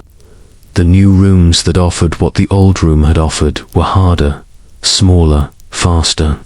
The sellers had learned not to be hospitable. Hospitality had begun to look like weakness in a city that now measured safety in speed. He tried to return to his bench. He found that men with fewer scruples and cheaper wood had taken his small commissions. He tried the railway yards. The foreman shrugged at his hands and chose someone with a cousin. He tried a factory and learned what thousands had already discovered, that the machine requires a different kind of patience than a craft, and that not everyone can find it. Zainab ran the numbers. She could see a hole where a wall ought to be. The ban, which had never once spoken her name, now addressed her directly every morning. She did what women have always done when the math refuses to behave. She made more math. She traded bread on credit for bread without. She bartered mending for lamp oil. She learned which guards to greet and which to let pass as if invisible. She lowered her voice and asked questions. Answers arrived that had edges. Here is something the decree could not have predicted, but absolutely produced. The market got meaner. When rooms go underground, kindness is a luxury. Credit dries. The mix gets stronger because small is safer. The hour that used to come with a little talk and a little tea now arrives alone. Fast, with instructions that sound like threats even when they are meant as advice. A man who is trying not to drown is not a good swimming teacher. And the numbers the band loved, they grew fat. The ministry's report for that year showed a satisfying curve. Seizures up, convictions up, dens closed. The graph did not have a line for rooms reopened elsewhere, or product potency, or children withdrawn from school, or bribe schedules refined. It did not show the time Inspector Mummed spent walking home thinking about the boy with the bad shoe. It did not show Zanab's bracelet, or the toolbox that sat in a corner like a dog that does not understand why it is no longer called Mummed Rote. Shujo Miseres, still heat. New captain from the ministry, young, sharp boots. He wants seizures by weight and by value. I asked how to weigh an hour of quiet. He smiled as if I had told a joke. 3 tut, blessedly cool. Raided a room where the owner had a ledger kinder than hours bread delivered to a widow, medicine paid for a child. We took both ledgers. I left the kind one behind the stove when no one was looking. Not virtue. Cowardice that wishes to be virtue. 11 tut, wind rising. Carpenter released last week came to the station to retrieve a chisel. We required a fee to locate the chisel. He did not raise his voice. Something in that silence made me want to switch uniforms with him and see if his day would improve. What does a ban do to a city's conscience? It can clarify it, name a harm, and push against it. It can also flatten it, turn a crowd of circumstances into a single word, and call that word victory. In 1872, the decree did both, and then did something else besides. It taught every office, every captain, every clerk with a chalkboard to see rooms like Abu Forid's as columns to be filled. Once you learn to love columns, you will always find columns to love. It would be satisfying to end this night with a clean verdict, ban bad, tolerance good, or the other way round. But the truth resists slogans the way a well-seasoned board resists a cheap nail. The people most harmed by the habit were not, for the most part, the people running the habit. The people most harmed by the ban were not, for the most part, the people writing it. In between stood ordinary neighbors, trying to keep kitchens warm and futures plausible. We will pick up one of those neighbors next. A woman with thread-scarred fingers and a gaze that could thread a needle in the dark. She will walk into a courtroom where her blindness is treated as inconvenience rather than condition. And we will watch how a policy designed to impress men in polished shoes lands on a pair of bare feet. Let's start with the sound of thread, finding its way through cloth. It's a small sound, easily lost under traffic or argument, but if you listen late, when the lane is mostly empty, you can hear it, the sigh of a needle entering, the brief pause, the pull. Work that has fed families for centuries can be held between finger and thumb. Her name tonight is Khadija bint Ahmad. People in the building call her Rodi after her firstborn, because motherhood is a title that sticks even when work and eyesight do not. Once she could hem a sleeve without looking down. She knew every measure by muscle memory. 2 fingers for a cuff, a palm span for a child's collar. Trachoma took her vision as it took so many in crowded rooms with bad water first, a blur around the lamp, then a halo around everything, then a world that refused to come into focus, however close she held it. Blindness did not arrive with a pension, it arrived with polite dismissal from a workshop that could not afford to keep a seamstress who pricked her own finger too often.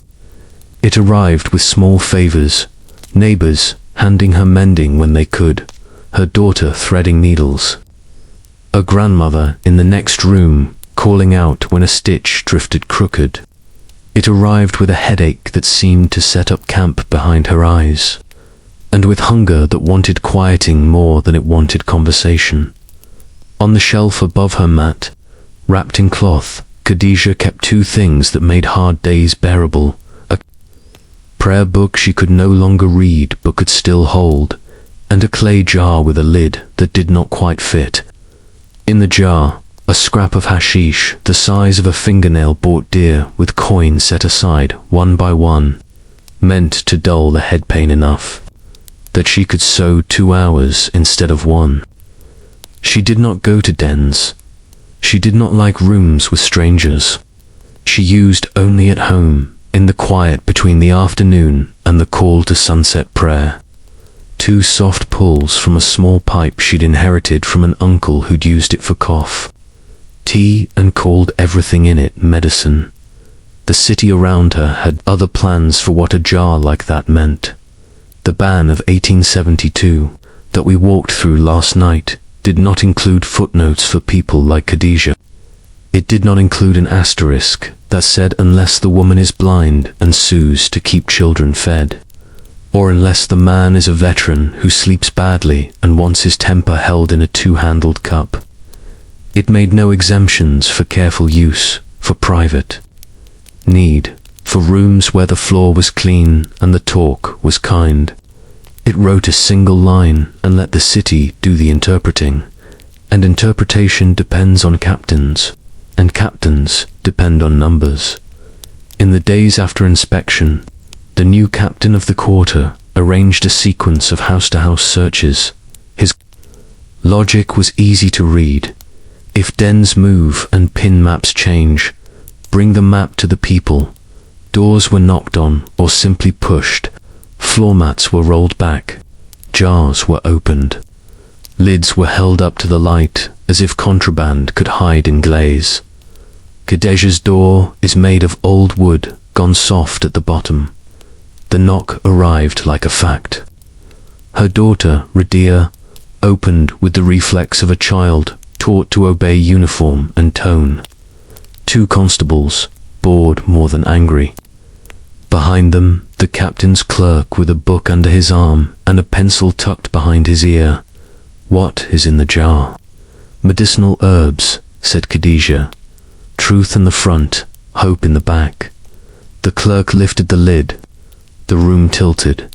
Khadija did not have a lawyer.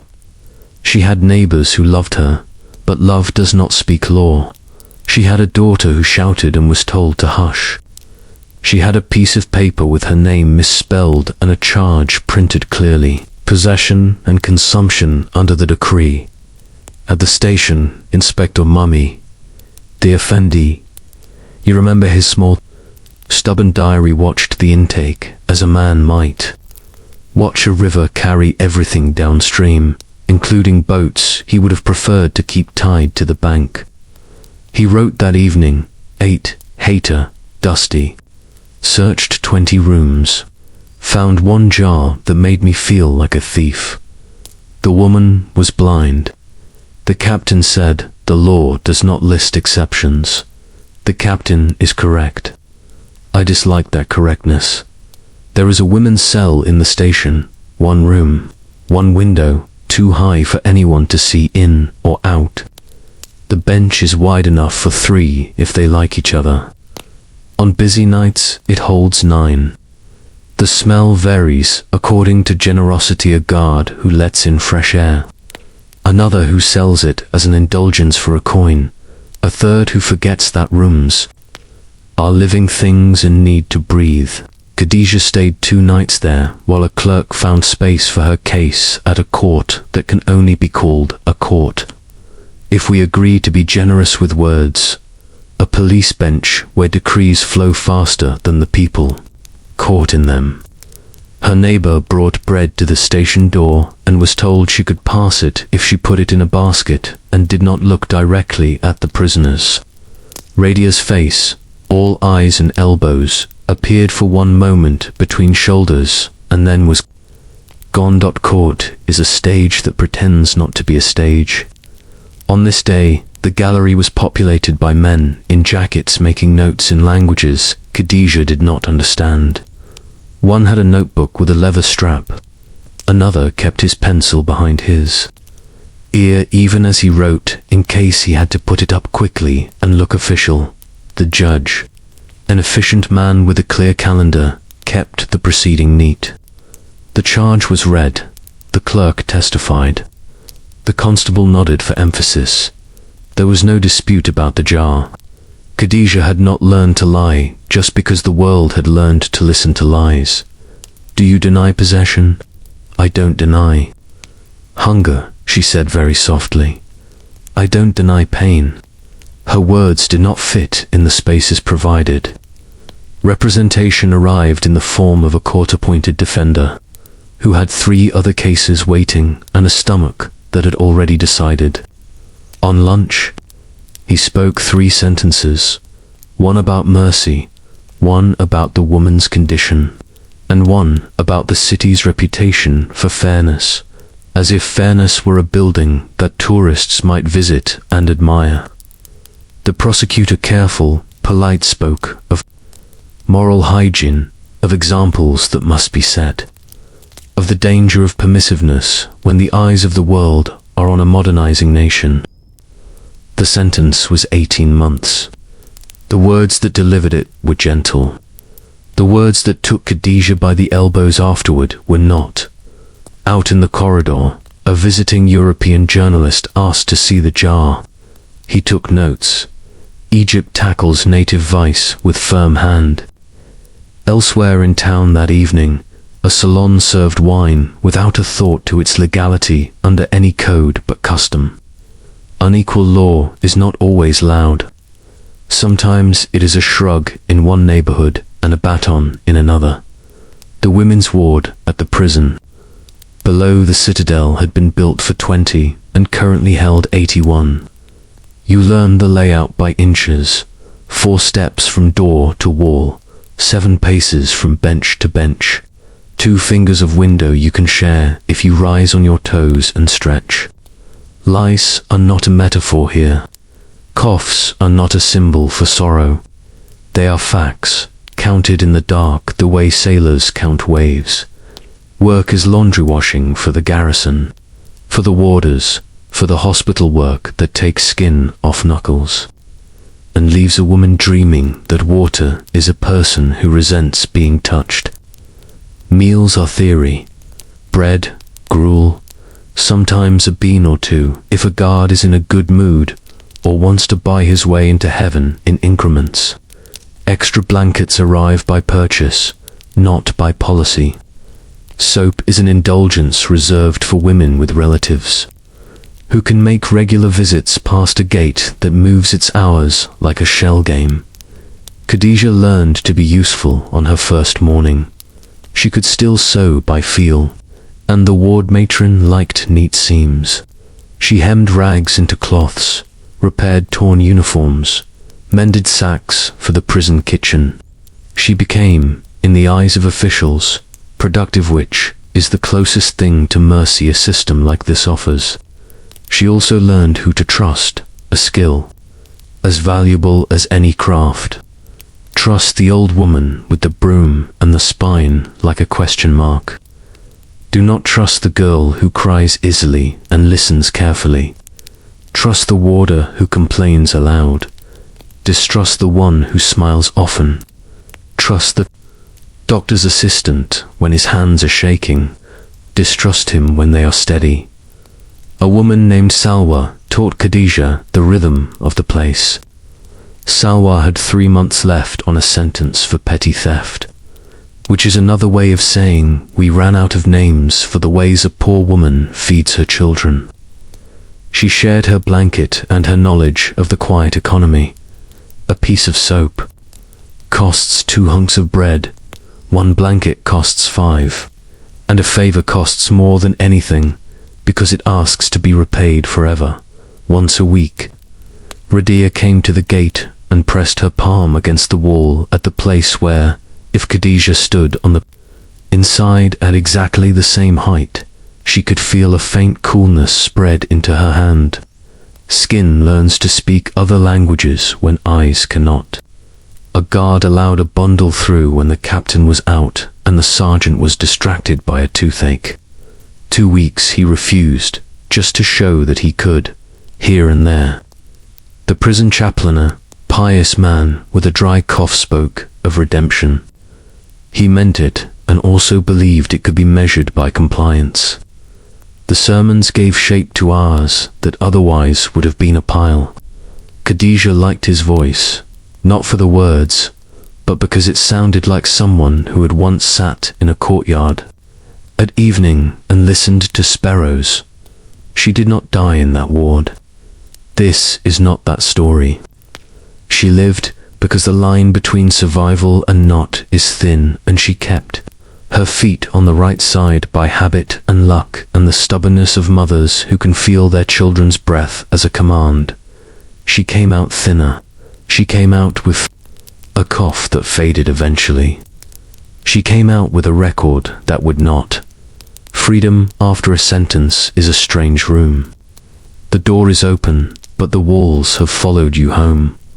Neighbors who had once slipped mending under her door now hesitated, not because they had changed their mind about her, but because stigma is contagious and families with little to spare cannot afford to catch it. Charity women from a mosque committee came with a basket and kind words, and with forms that required a signature Khadija could not write. A workshop owner who had spoken warmly of her skill before the sentence now shook his head in a way that said, "I regret that I cannot help," and also said, "Please leave before someone sees you in my doorway." The word hashish followed her like a child's shadow at noon, large and out of proportion. No one asked how much, or how often, or why. The ban had taught the city to see one act as identity. A woman who used once in a room alone was the same as a woman dragged from a den in a raid that made the papers. Nuance is labor, and tired people save their labor for lifting what must be lifted. So she made a new economy for herself. Small repairs for women who valued her hands more than they feared her history. Rotating credit with 2 neighbors, 3 coins each on Friday, the pot to one of them each week, a pattern that makes time into a tool, an arrangement with a bread seller, 2 mended sacks for a half-loaf at day's end, a promise to herself, no more jars, not because the medicine had been a light, had not, but because the city had decided to make that jar into a weapon against anyone who needed it. Inspector Mahmud saw her once after release, passing the station with a bundle under her arm. 23 Keok, chill breeze. The seamstress from the ward walked by. She did not look at me, not in avoidance, not in accusation, simply as one avoids a step that broke your ankle once. We are becoming a city of avoided steps. Women were visible in the den story long before officials learned to notice them, and they were visible in the ban's aftermath in ways the reports never captured. They were customers, yes, careful, quiet, counting their drawers like a pharmacist counts drops. They were also buffers, midwives and aunties who stood in doorways and argued a raid down from 10 arrests to 3. Grandmothers who fed children so a mother could look for work. Wives who learned to speak to clerks in offices with a voice that said, "I am not afraid of your calendar." They were targets when captains needed names and believed women made easier columns. They were levers when a husband's release could be purchased with a pledge from his wife that the household would stay within the new definitions of good behavior. They were bridges between formal and informal worlds, able to stand in a mosque courtyard and ask for charity without shame, and also able to stand in a market and bargain for an onion like a general plans a campaign, and sometimes, when the sums would not meet and the jar could not be risked, women became participants in the new underground, selling to other women in rooms where men did not enter, combining childcare with a cup and a pipe, recreating under pressure some of the old mutual aid the city had broken in the name of order, not because they loved the trade, but because they loved survival. If this feels complicated, that is because it is. A city is a weave. Pull one thread, and others move. Tonight we will end where we began, with thread and a small sound. Picture Khadija at her mat months after release. A heap of torn grain sacks on her left, a neat stack on her right, the needle whispering its way through the fiber. Radia sits beside her reading from a borrowed book, one finger moving along. The lines slowly, so slowly that the words build a house they can both live in for an hour. Outside, a vendor calls, a cart rattles, a boot heel clicks. The world is still itself. The ban that took 18 months from her life did not take everything. It could not. The law can count, but it cannot sew. Next, we turn to those who did. The cities carrying while adults argued the children. The lookouts with sharp ears, the errand boys with fast legs, the girls who learned to read the air in a room better than any book. We will follow a water seller, a messenger, and a schoolchild who starts to believe school is a luxury that belongs to other people. We will ask what happens when a generation grows up with no good door to knock on and every alley teaching lessons that do not come with diplomas. Listen for the small sounds that make a city young. A tin ladle against a clay jar, sandals skimming stone, a whisper between two friends that is mostly air and promise, before a city learns to measure itself in arrests and ledgers. It learns to speak in children's voices. By the 1870s, Cairo's youngest were everywhere the grown-ups could not be dunder counters. In doorways, up on rooftops, down where the river licks the bank. They carried messages because their feet were faster, water because their backs were still hopeful, and secrets because adults mistook small height for small understanding. The ban turned many rooms upside down, but it did something quieter. Well, it taught a generation to read the city like a codebook. Tonight, we'll keep company with three of them. You've met Ali before, in passing Youssef, the carpenter's son. 8, when his father went up to the citadel for 6 months. That lasted much longer than that in the family's ledger. School, a few boards propped in a courtyard and a teacher with a date palm switch, had been a daily anchor. Recitation, a slate cleaned with spit and sleeve, a sweet word when a letter came out neat.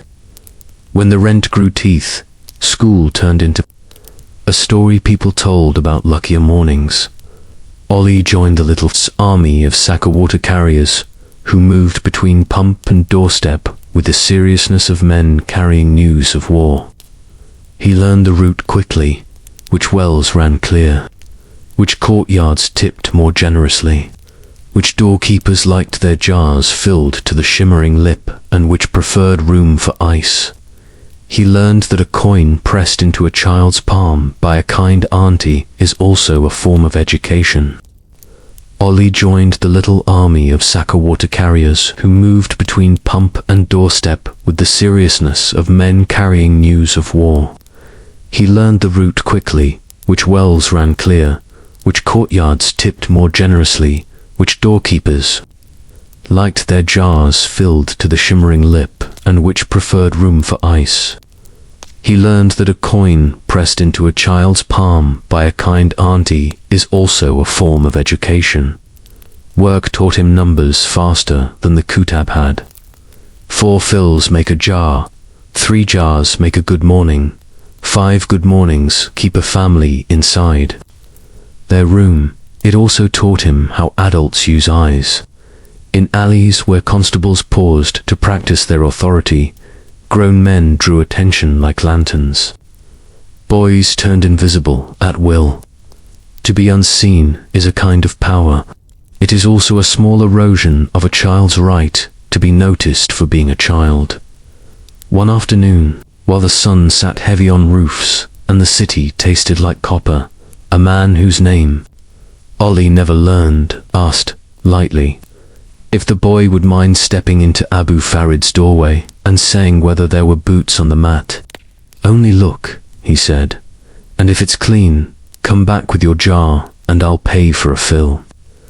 The task felt like nothing, a glance, a pivot, a coin.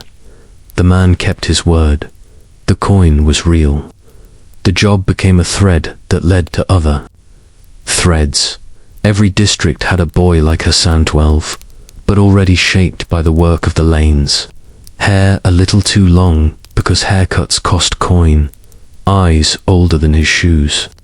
He could feel a mood 2 corners away, the light feet of a night patrol, the high thin tension that preceded a raid, the heavy swagger of men leaving the station with chalk on their cuffs from pointing at the objective board. Hassan started as a runner between a cafe and the spice market. Mint, cardamom, gossip. He logged people's routes in his head like a coachman logs potholes. When the ban made doors twitchier, men who wanted to keep their rooms unbroken learned to watch Hassan's shoulders. If they were loose, the night might be ordinary. If they were near his ears, something was wrong 3 lanes over. This is the part of the story where it would be easy to make a hero of a child for learning to move like fog.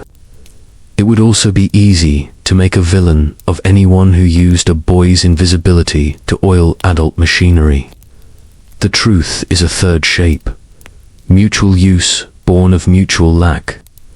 Hassan needed coins and, more than that, he needed belonging in a city that has a cruel way of telling parentless boys to find their own wall to lean on. The room needed a barometer inspector. Mummy, the only man in the station who kept a diary and a conscience that refused to stop humming, noticed him. He wrote on. The best days, Hassan was a hand that steadied. He warned off men who drank badly and talked loud. He steered strangers away from cut product. He walked a widow home when the alley felt wrong. On the worst days, the skill that made him useful made him valuable to harder men. A network that once functioned like a neighborhood began to behave like business. Business will always optimize itself.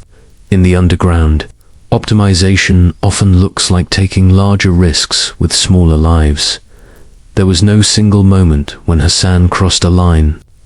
There were many small ones, carrying a message he did not want to read, delivering a packet heavier than a blessing, learning to sleep with one shoe on. If you asked him, he would have said he did what any son would do for a family. It is the kind of answer that makes you proud and afraid at once. In a room 3 blocks from Sayyidah Zainab, a girl named Layla learned her letters at a low table crowded with cousins. Her mother had cut a reed pen to her hand's size and taught her to blot carefully.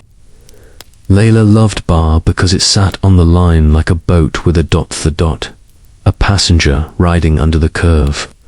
She loved Ra because it moved forward with a stubborn nose. She loved words that made pictures.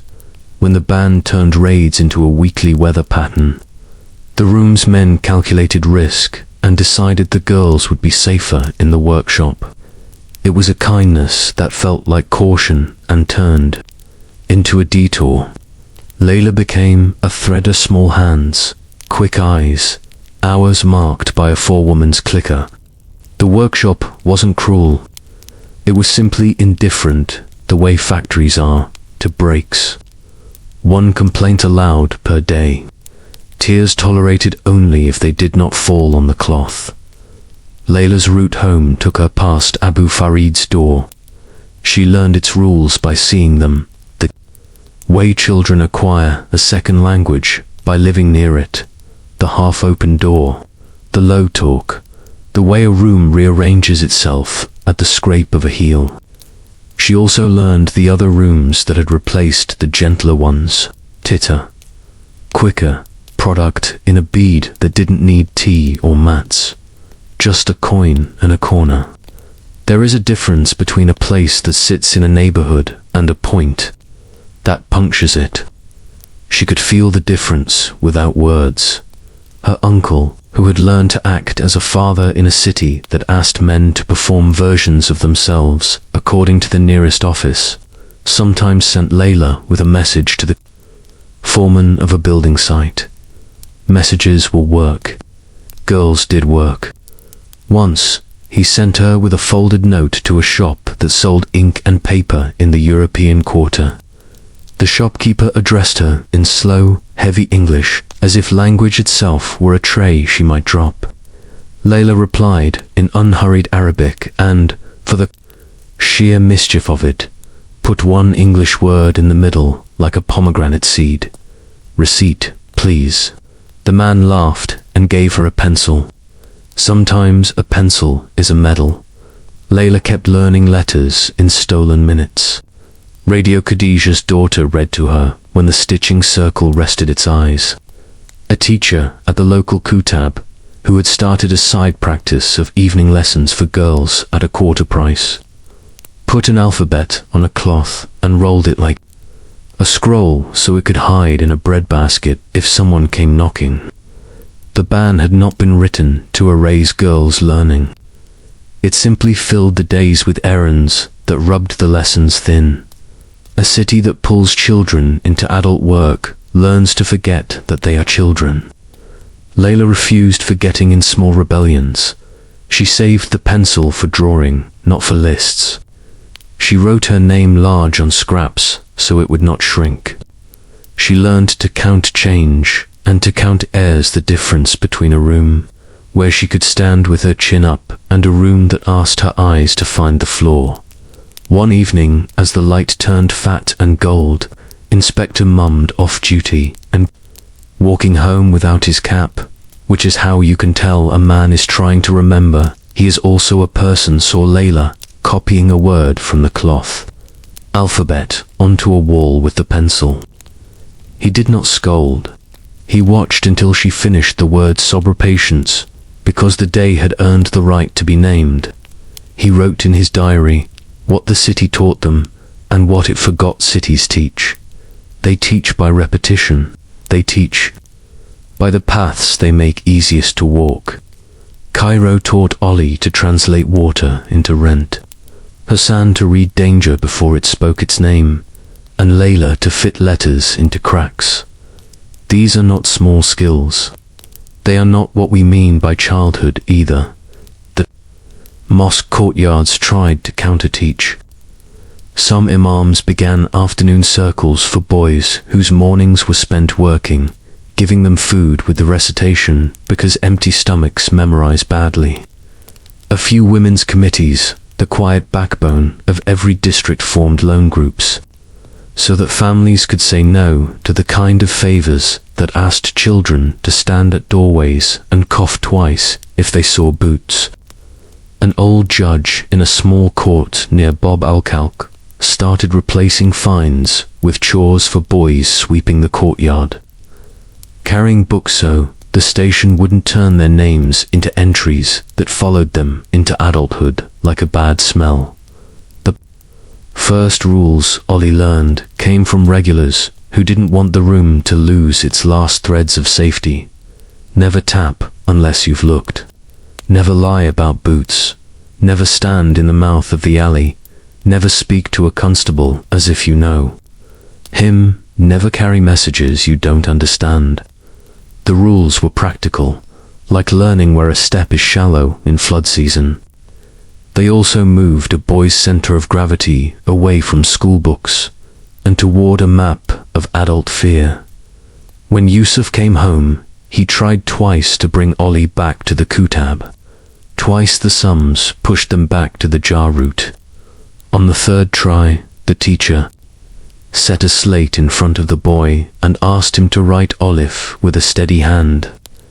Ollie wrote numbers instead, because that is what his hands had memorized. The teacher, who had carried water once himself when he was very small, and the cholera bell rang too often, did not scold. He gave the boy the problem of the day.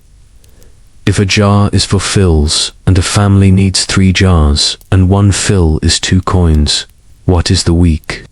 Ollie answered without lifting his head. The teacher nodded and said, "Now write your name."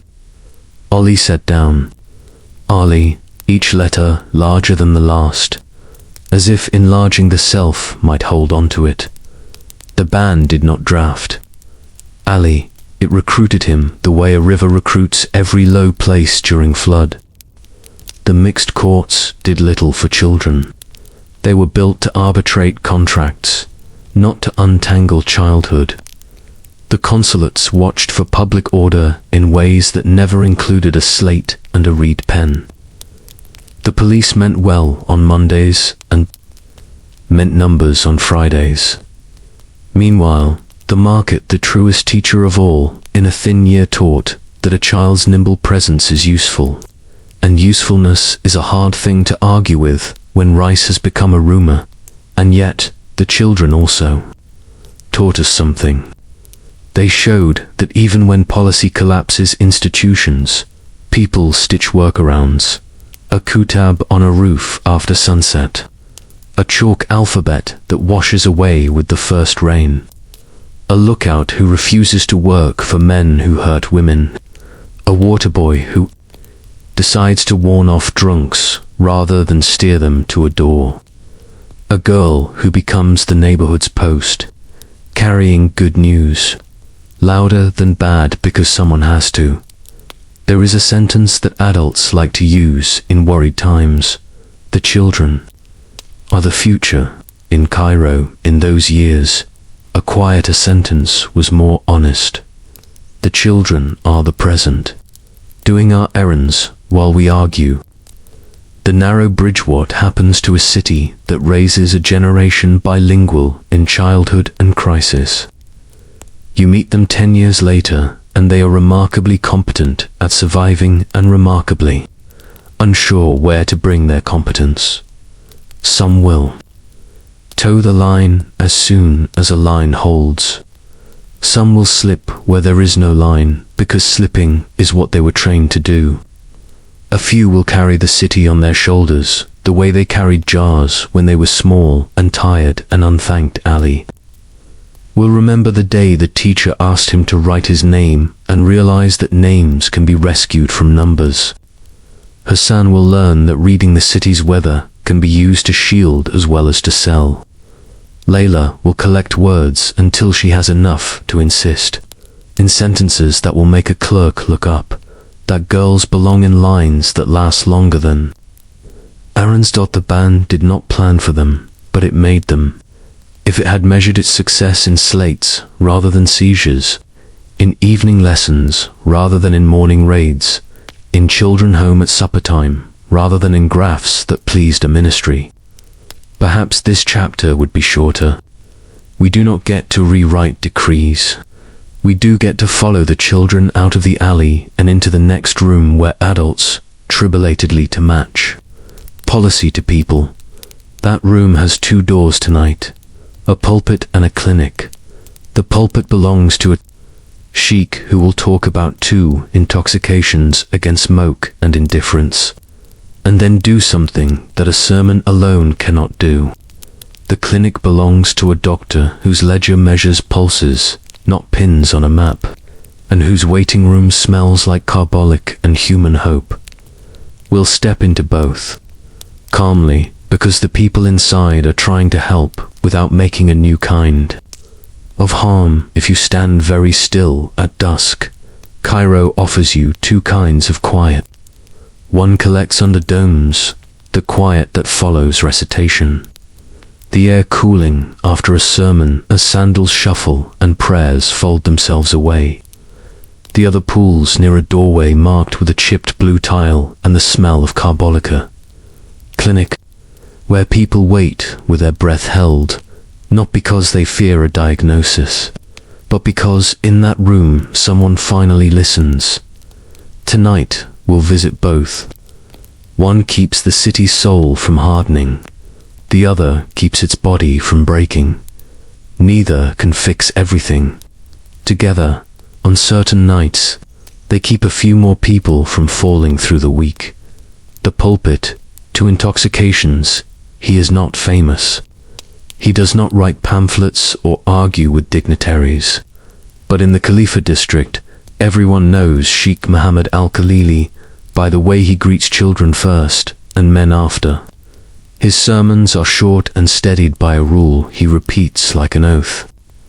We will not confuse mercy with softness, nor severity with strength. When the ban arrived like a straight line across crooked lives, he added a second refrain, one we have heard murmured before, and now hear hammered to shape. There are two intoxications, he says, voice carrying just to the edge of the courtyard. One is smoke that clouds a mind. The other is indifference that clouds a city. The first harms the person. The second harms everyone. He does not excuse hashish. He also does not pretend that a decree can compete with hunger unaided. So he organizes what he calls circles of steadiness, quiet gatherings after the night prayer, where nobody is shamed and everybody is given something to hold. The circle has rules. They are not printed. They are recited.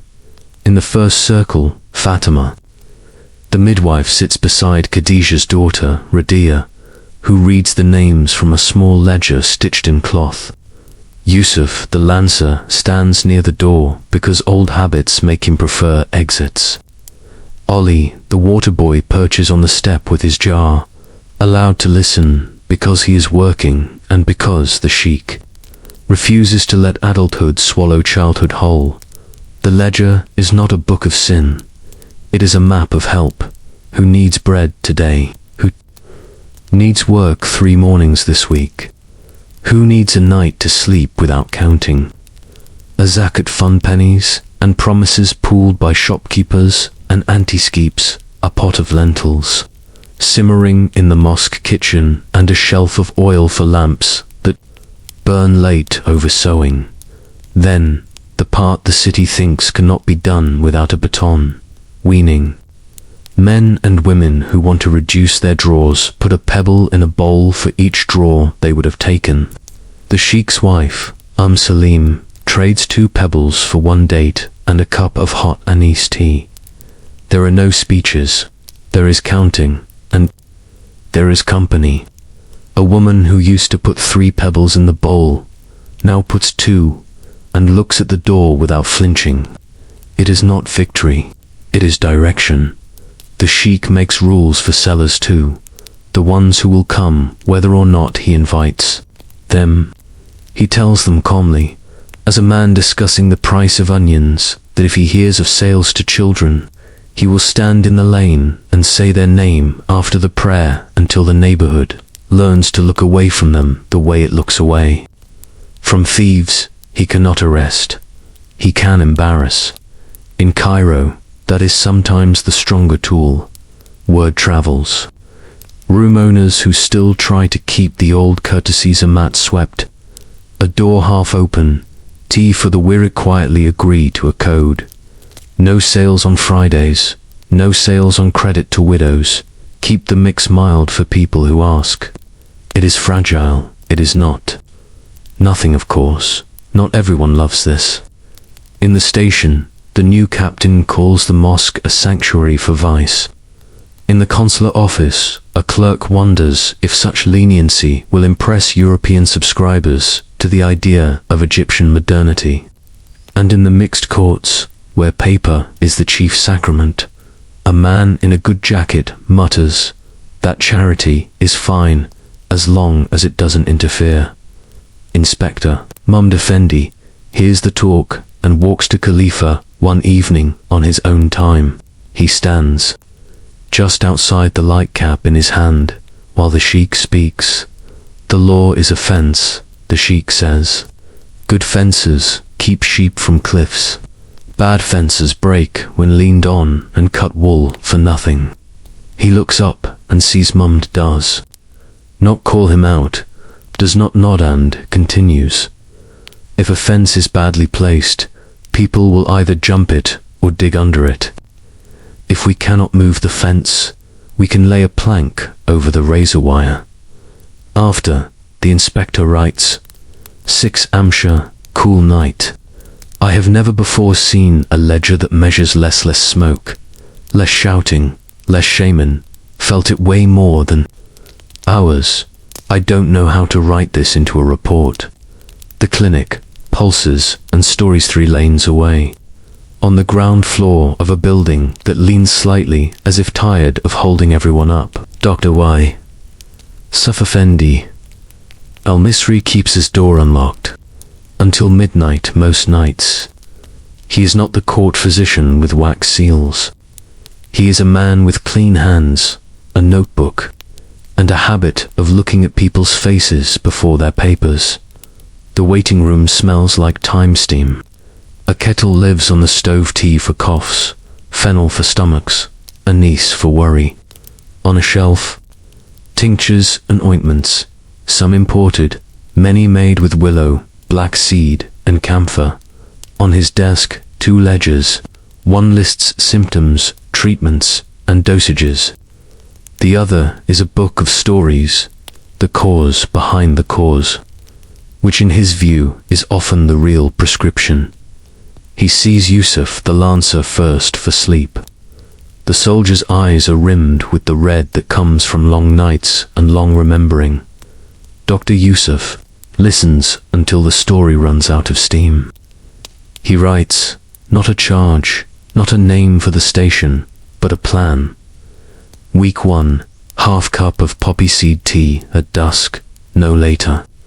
2 long walks down the longest street. Keep boots off by sunset to tell the body it is safe. Week 2, exchange 1 nights. Tea for breathing, he learns in the clinic account of 4 in, 6 out. Hands on ribs, so the breath must widen the cage that has held him too long. Week 3, a watch shift at the mosque kitchen rather than the barracks. Listening to pots simmer is a better lullaby than listening for gunfire that never comes. The prescription is illegal only in the sense that the ban recognizes none of it, but the result a man who snaps at his children less and wakes. Sweating fewer times is visible enough for even a captain to understand if he were ever to look. Next, Khadijah comes after her release with pain that lives in the sockets of her eyes and a cough the ward gave her as a parting gift. The doctor does not ask, how many draws now? Because he does not want to turn help into evidence. He fashions a poultice from black seed and honey, shows Radia how to warm it without burning, and sends them home with a bottle labeled for sleep valerian and caution and instructions. To knock on his door if fear returns at midnight and has no name. He also sends them to the Sheik's circle on Wednesday, because medicine works best when someone will sit with you while it does. Hassan, who knows where the wind is going, arrives with skin that has learned too much of roofs and alleys. Ringworm, scabies, a heel split where running meets poor sandals. The doctor cleans, wraps, and then, delicately, asks whether the boy would like work that involves watching a door. For the clinic, instead of watching alleys for men with faster tempers than brains, it pays less per hour, more per year. Is to say, it doesn't pay in coins that disappear the day they arrive. Hassan shrugs as if he doesn't care. He comes the next day anyway and leans by the door with purpose. Patients bring questions the law does not like asked. How do I stop without falling apart? How do I sleep without smoke? How do I keep my hands from shaking when I mend? The doctor answers with weeks, not slogans. If a person wants to quit, he teaches them to scale down 3. Pebbles 2-2, 2-1, 1 to peppermint smoke that taste like trying. If a person does not want to stop, he teaches them to eat first, to sip water between draws, to avoid cut resins he can spot by smell. Harm reduction, though no one calls it that yet. The clinic is not a sermon. It is a bench where people learn to bargain with their own habits and win slowly. Word spreads that the doctor does not write names in official ledgers. This is true. He keeps 2 books because he knows too well how paper can be repurposed into a net. Once, a colonel from the ministry arrives with a polite smile and a request for anonymous statistics for a report. The doctor hands him a page with numbers: coughs treated, births stabilized, nights slept. The colonel asks, "And how many hashish users?" The doctor says, "Hungry ones, or tired ones." The colonel leaves with a frown and no figures to please his chalkboard. The clinic makes friends in odd places. A pharmacist in the European quarter sells him bottles at half price because his wife's cousin is sleeping better. A Coptic lay nurse visits on Sundays to check on 3 pregnant women whose husbands are doing their best and sometimes failing. A scribe from the mixed courts stops by to ask for something for his mother's joint pain and leaves with a jar and a promise to lose a piece of paperwork if it would shove someone like Khadija back into a cell. The clinic also makes enemies. A captain threatens to inspect for contraband. He finds none, only the smell of thyme and iron, and lives trying to be stitched. He mutters about interference and walks away. A consular clerk asks whether the clinic has permits for treatments not sanctioned by any European school. The doctor points to the queue and says, "Here is my accreditation." When the 2 doors talk on Fridays, the sheik and the doctor trade lists over tea in the courtyard: names to feed, names to check, men better sent to work than to prayer that week. Because the cure they need is a day of useful tiredness, not a sermon. The women's comitium Salim at the head. A half-dozen aunties behind run a rotating credit pot, gentle enough for the newly released and strict enough to make it a promise. You pay back so someone else can climb on the same plank across the same razor wire. One afternoon, Yusuf the carpenter arrives with shoulders set in that particular shape men wear when asking for help without calling it by name. He shows the doctor his hands. The sheik looks at the hands and sees tools. The next day, a box appears, a square, a plane, a chisel with a handle that fits Yusuf's palm the way a reed pen fits. Layla's, the loan comes with no interest and with 2 conditions. 1, he will mend 3 stools for the mosque without pay. And 2, he will teach Ali to hold a plane proper so the boys' numbers have a bench to sit on. A week later, Ali counts the strokes, 1 long, 1 short. Repeatant says to the wood, as if it can hear him, "We are not finished yet." In another corner, Hassan watches the clinic door and tells a man who smells of cut resin that his night will be better if he goes home and eats first. The man laughs, then does as told. Small victories walk home on their own feet. Not all endings here are sweet. One evening, a raid tries to bloom at the mosque gate. The captain wants a showman lined up, a ledger filled, a message sent. Mothers, step forward. The sheik steps forward. Inspector Mami, the who should be leading the raid, hesitates. He says to his men, "Not tonight," and pays for the hesitation in paperwork and looks the following week. He writes, 28 Baramuda, hot wind. We stood down at the mosque. I chose quiet over chalk. The captain will remind me that chalk pays salaries. I will remind him that quiet keeps knives in drawers. A month later, a pamphlet circulates in the foreign quarter praising moral vigor in the city. It mentions raids. It does not mention lentils, or ledgers of mercy, or breathing counts. The sheik shrugs. He does not expect pamphlets to carry the weight of a neighborhood. The doctor smiles without humor and gets back to work, because pulses need taking and fear needs naming. What can be held? What spills? If you are listening far from Cairo, you might want a clearer verdict: sermons or syringes, charity or enforcement, faith or science. But the people doing the holding of cups, of pulses, of tempers, know better. They know a body that has eaten accepts advice more icily. They know a mind that has been listened to will put down a pipe sooner. They know a city cannot be threatened into kindness or arrested into health. They also know something heavier. This is maintenance, not solution. The factory still pays too little. The landlord still raises rent when he can. The law still likes straight lines. The market still rewards the strong mix and the quick sale. The clinic and the pulpit are buckets catching water from a roof the city cannot afford to fix yet. Still catching matters. Ask Khadija, who now sleeps 3 nights a week without the ward's cough riding her ribs like a thief. Ask Yusuf, whose bench smells like shavings again. Ask Ali, who wrote his name bigger this time.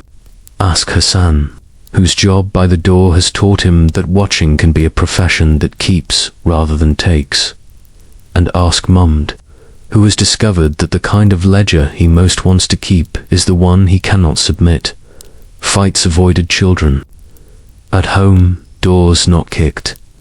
We will need other tools soon, because the city is adapting in ways no kettle or sermon can reach.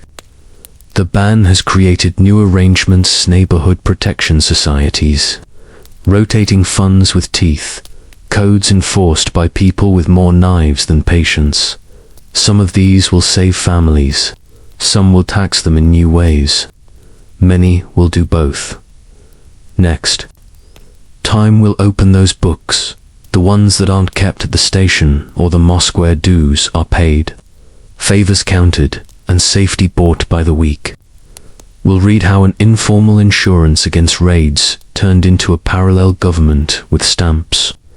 No ministry would recognize, and a reach that neither pulpit nor clinic could match. Hold a city page up to the light, and you'll see there are always 2 texts. The first is printed, decrees, receipts, headlines, chalked targets on a station wall. The second is watermarked into the paper, favors owed, warnings traded, food promised, debts forgiven if a baby's fever breaks. Tonight, we're going to read the watermark, the ledgers of protection that appeared when sermons and clinics weren't enough, when neighbors learned that mercy sometimes needs a bodyguard. These books don't belong to any ministry. They live in bread tins, in flour sacks, in a chest under a bed that groans when you lift it. Their arithmetic is simple: what we can keep versus what will be taken if we go alone. The neighborhood learns to write its own insurance. First of these ledgers, in Gamaleya, began like a cooking list.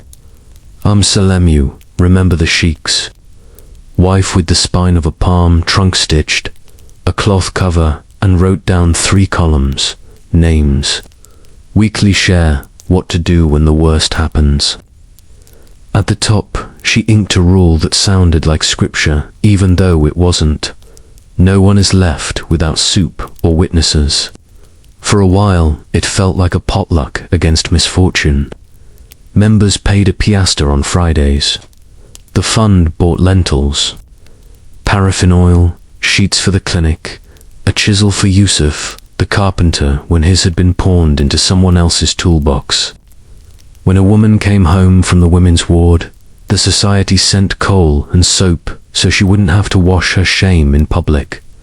But the band's second harvest came due, not just hunger and fear, but the need to buy time in a city that had priced it high. Raids followed rumors. Rumors followed men with flat voices and good boots.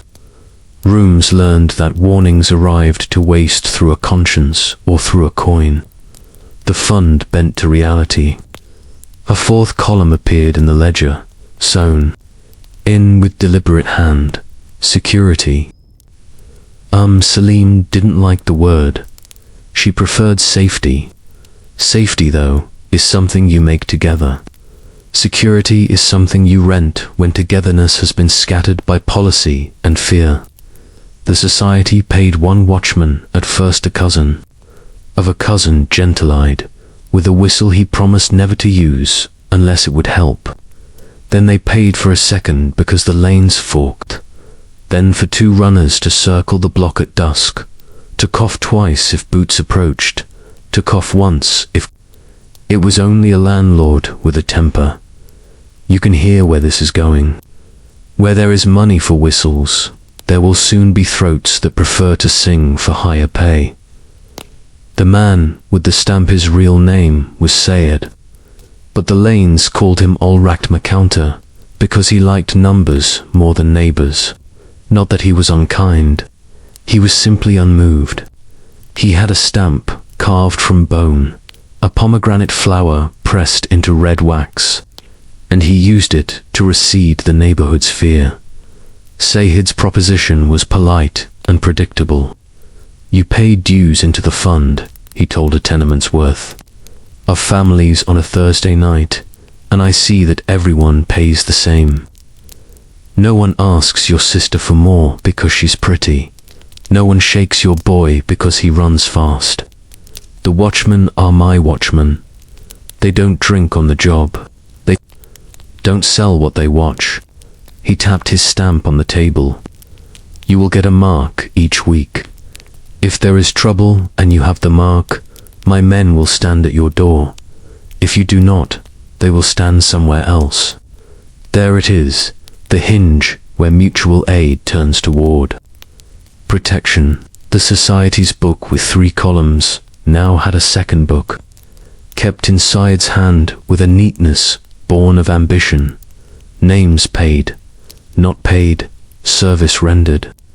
He made visits to adjust the tone, a basket for a widow one week, a caution for a young man the next, a demonstration once in a while so the neighborhood wouldn't forget that an umbrella is most appreciated when the first drops fall. Didn't own a den, he didn't need to. He owned the distance between a raid and a warning, and in a city of thin margins, that space is a market. He took a slice from sellers who cooperated with community standards. No sales to children. Keep the mix mild if asked. Give the sheiks space on Fridays, and he offered, in return to guarantees, he would escort women home on nights that felt wrong, and he would speak to the captain when a name could be spared from a list. This is the part where a listener far away might ask, but isn't that simply a racket? Yes and no. A racket extracts where nothing returns. Sayed's scheme returned something predictability for a while.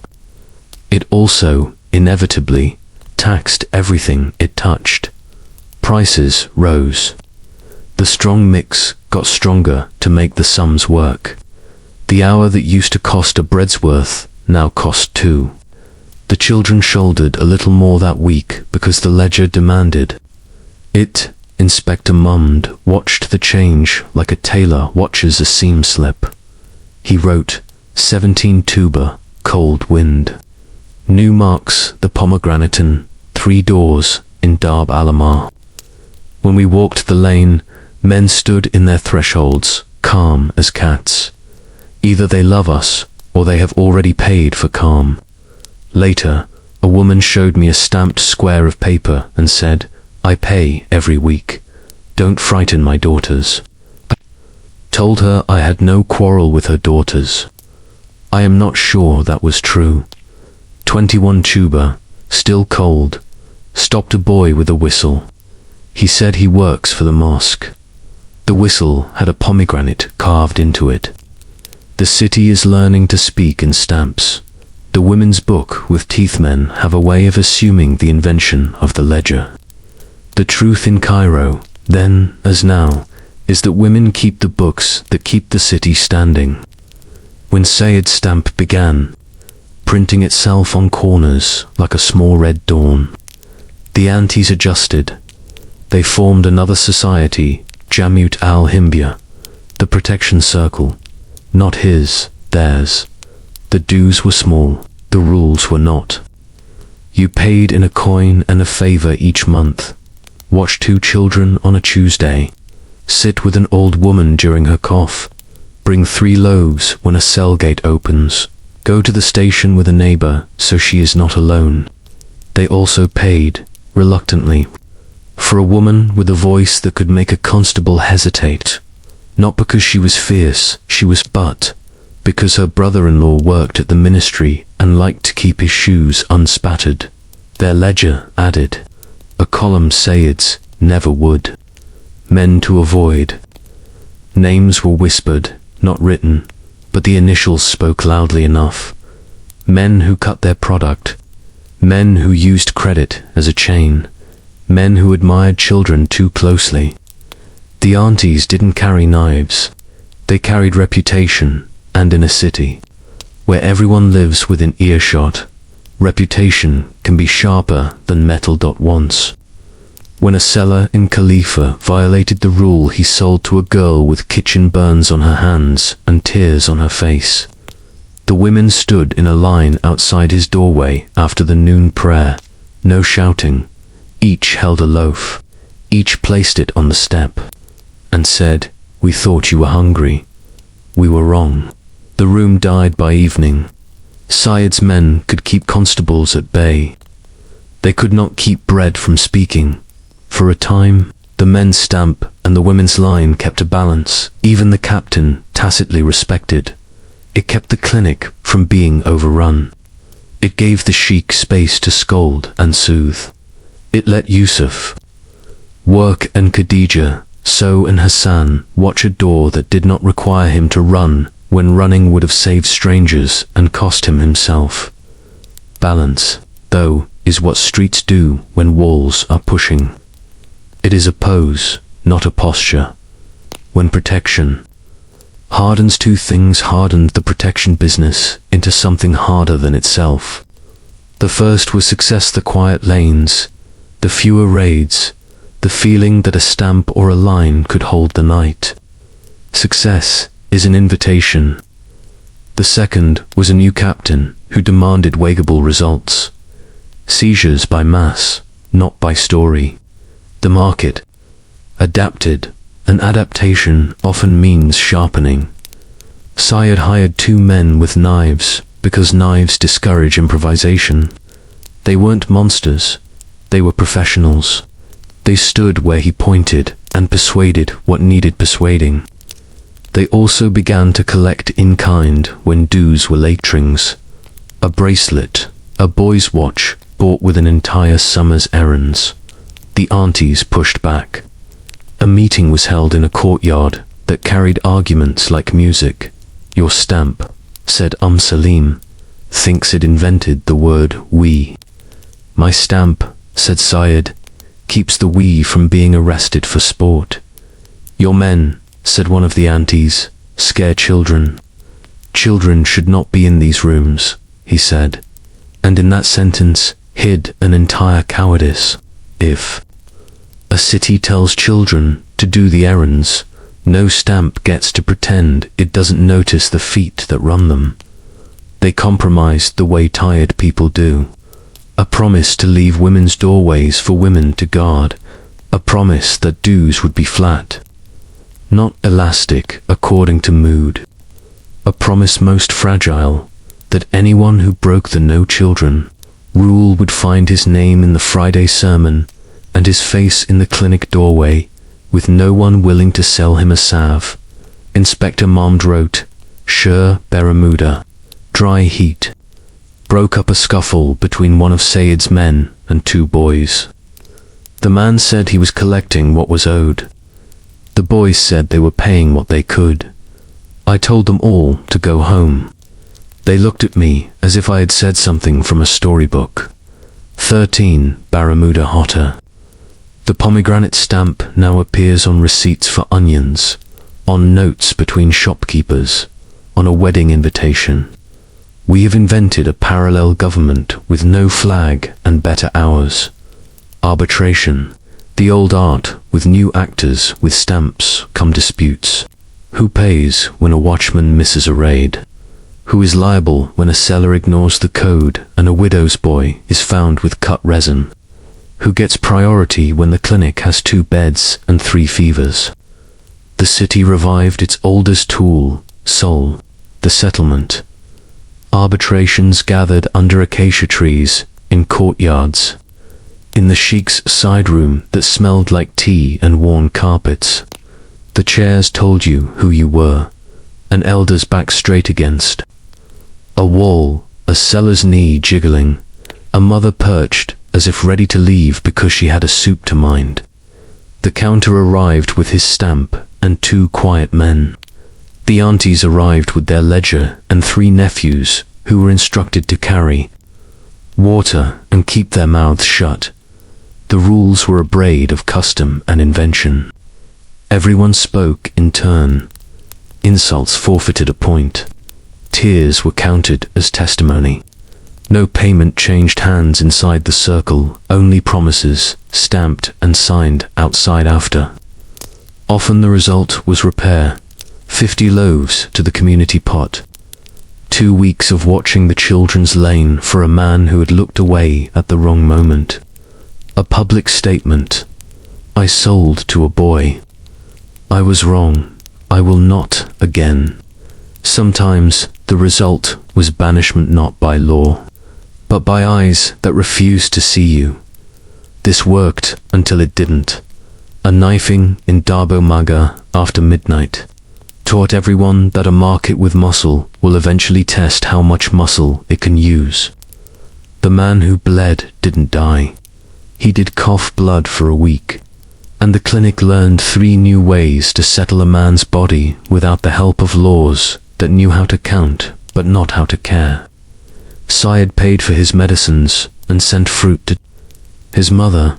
The aunties brought soup and sat.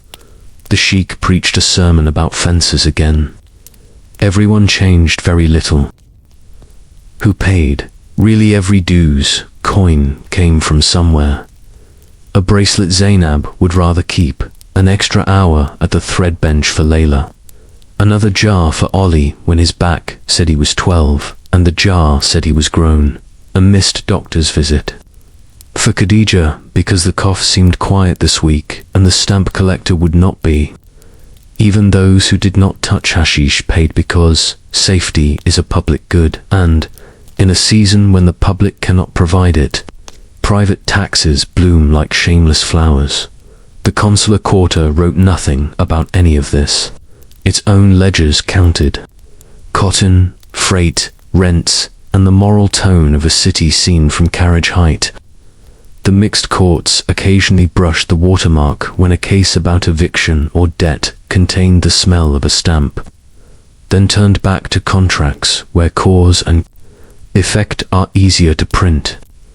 The station collected its numbers and its quiet fees. The clinic and the pulpit kept their buckets under the leaks, and the children, they learned a new alphabet. P is for pomegranate, D is for dues, W is for watch, not the object, but the verb that fills the night. Hassan could now identify a fake stamp at a glance, because fakes use cheaper wax and impatience.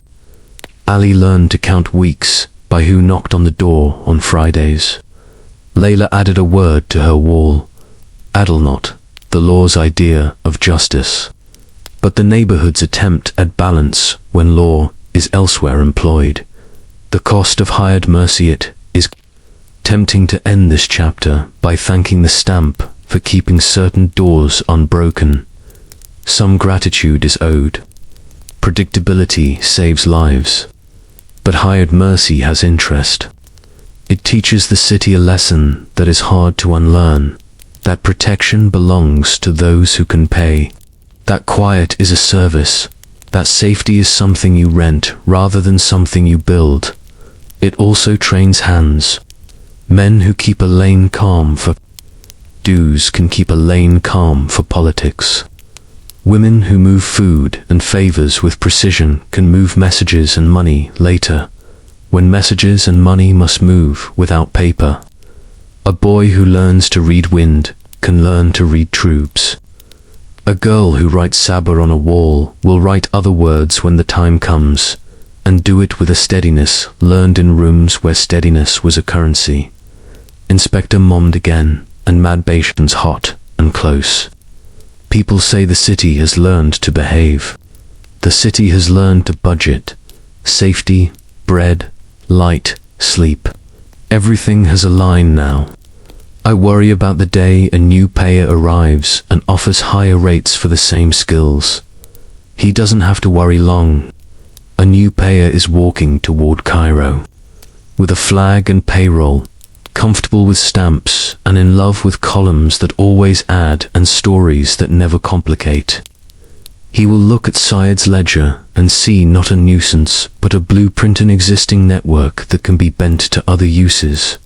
Before he arrives, the shadow government will thicken, runners who already know the back ways, safe rooms that already know how to be quiet, ledgers that already know which names can be trusted to keep a week-long promise. Some of this will be used for mercy. Some will be turned outward, sharpened for resistance or profit. Many will do both at once, because life under pressure doesn't segregate virtues and sins into tidy accounts. For now, the stamp dries on another square of paper. The aunties add a line to their ledger. The doctor lines up bottles for the evening. Coughs.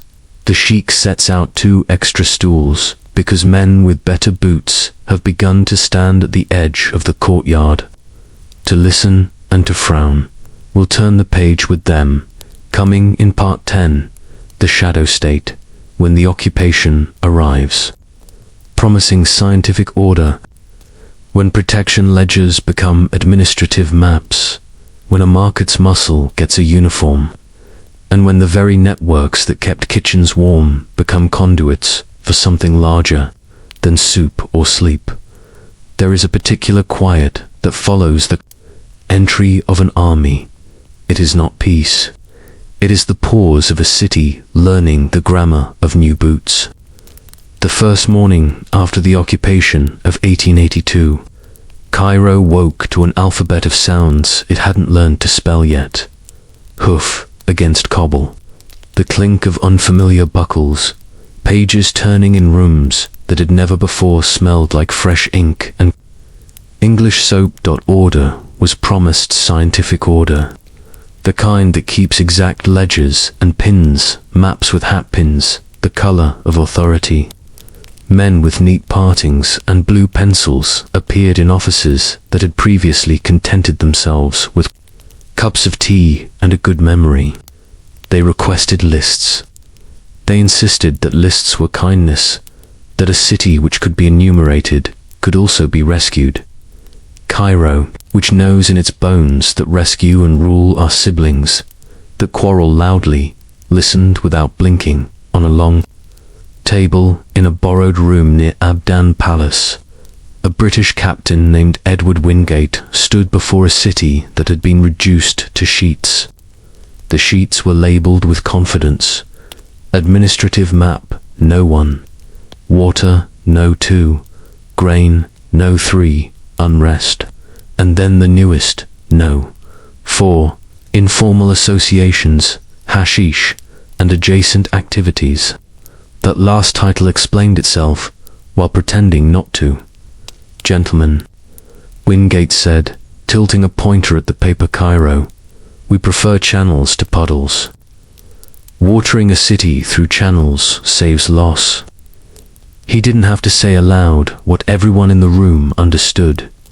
Channels can be measured, taxed, and turned off at will. A clerk in a fine vest placed on the table a present wrapped in brown paper tied with string, a ledger borrowed from the neighborhood fund that had been keeping kitchens warm and doors watched. When the string was cut, The watermark of human life leaked out into neat columns: names, dues, bread, warnings, and lately, security. Wingate nodded like a mathematics teacher discovering a student who had done the work in the margins. They had built a proto-civil service, he said, pleased. We will simply teach it better handwriting. The first instruction was to copy the pomegranate stamp Sihid's little flower of authority into an index. The second was to replace it, where possible, with a municipal chit embossed with a crown and the word Public Order Auxiliary. The third was to create a pass for night movement, a rectangle of card with a line for a name, a lane, and a purpose.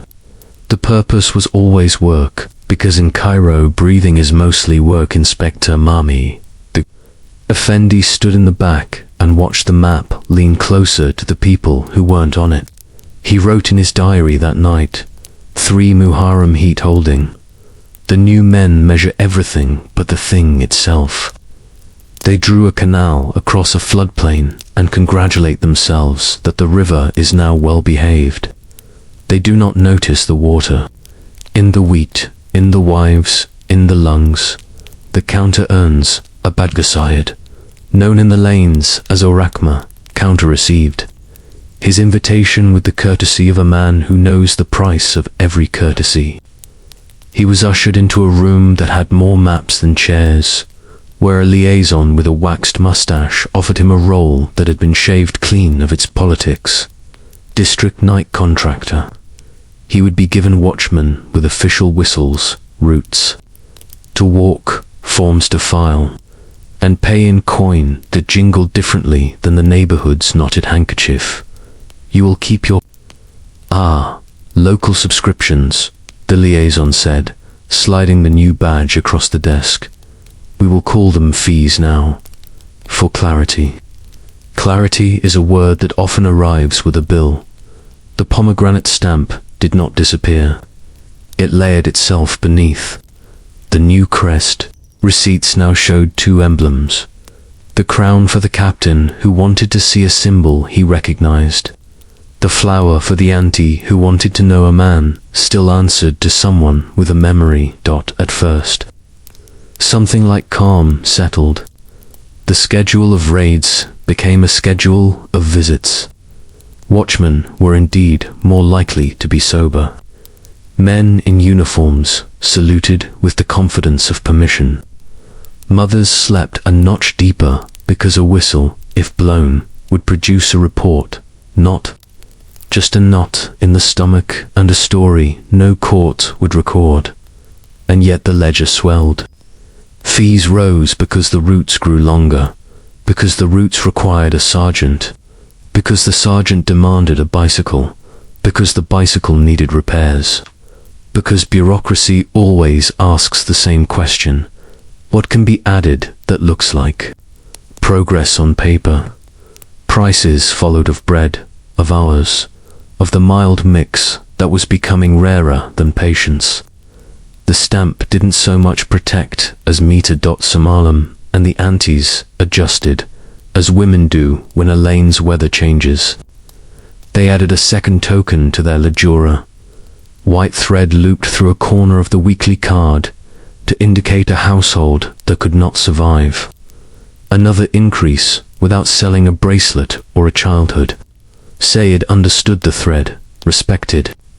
It sometimes overrode it when his mood or his men's needs required overring. He had, after all, a quota now. The sheik had been careful with his sentences even before the occupation. Now he became careful with his silences, too. He moved his most pointed circle from Friday to Wednesday, a workday the captains watched less. He kept his 4 rules and added a 5th. No praise for the powerful inside these walls. It draws their ear. He refused to forbid the new passers. Instead, he taught his people how to carry them flat, not folded. The badge always underneath the card so that a constable's glance would see the crown before the flower. In the clinic, Dr. Yusuf Effendi acquired a visitor, a health officer in a neat suit who used the phrase sanitary intelligence without blinking. The officer requested statistics about voluntary abstinence and relapse incidents, terms that slipped on Cairo's tiles like shooed feet on the first rain. The doctor handed him counts of pulses taken, coughs eased, nights slept. The officer frowned. Names would help, he said. Names always help the wrong ledger, the doctor replied, laying his palm on the storybook he kept beneath the desk, the one with causes and kinships, and the note that Hassan should be hired to watch the door, not the alleys, for afternoons a week. After the officer left, the doctor taught the boy the difference between visitors and surveillance. Visitors ask after your grandmother. Surveillance asks where she sleeps. The rumor of a rehabilitation center floated past the clinic windows. Like a paper boat, imported methods, moral instruction, work details in the sun. The doctor wrote a letter in Arabic, elegant enough to make refusal taste like tea, urging gradual weaning, food first, sleep as prescription. He received a polite reply in English that said very little and contained no envelope for lentil money. He went back to counting breaths with men who had learned to expect punishments where medicine should be. Mummed double accounting, the new captain brought charts to the station. He liked to point at them with his pipe. Seizures by weight. Convictions by quarter. Incidents per district, per fortnight. They rose and fell like mountains and valleys designed by someone who had never walked. He asked Inspector Marmd for a network diagram. People, he said, tapping the air, are nodes. We need their edges. Marmd, who had met nodes as neighbors, drew what he could without lying. He placed a tiny dot for Khadija's door and wrote beside it, Pain, daughter, bread arrives late.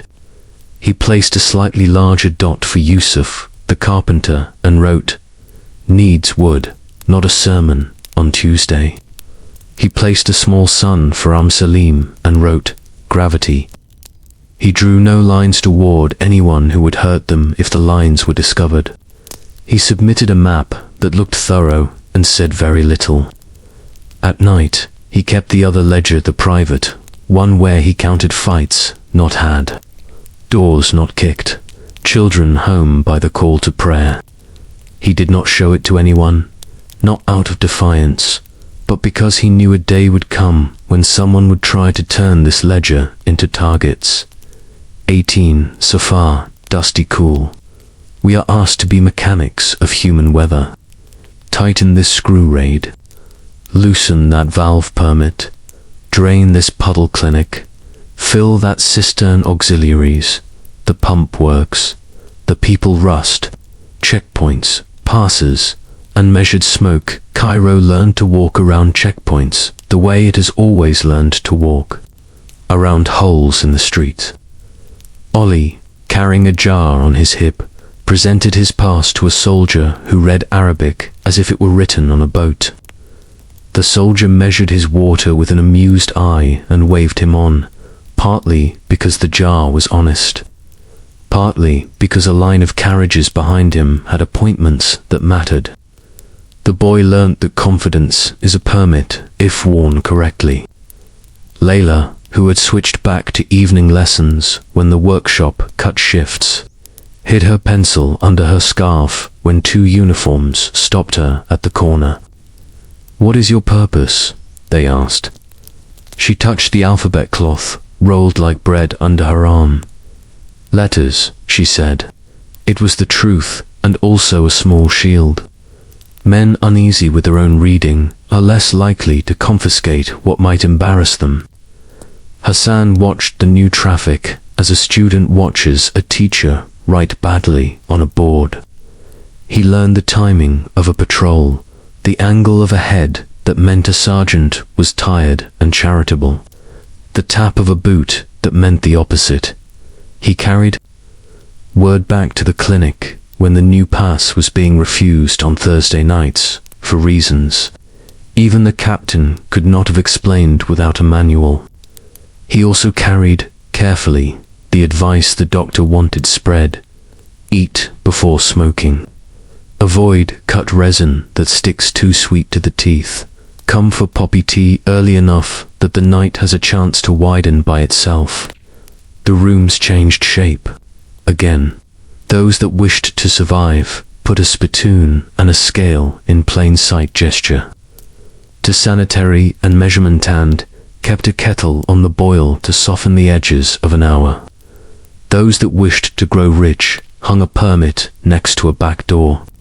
And let product be strong and fast, because strong and fast carry better across a city threaded with whistles.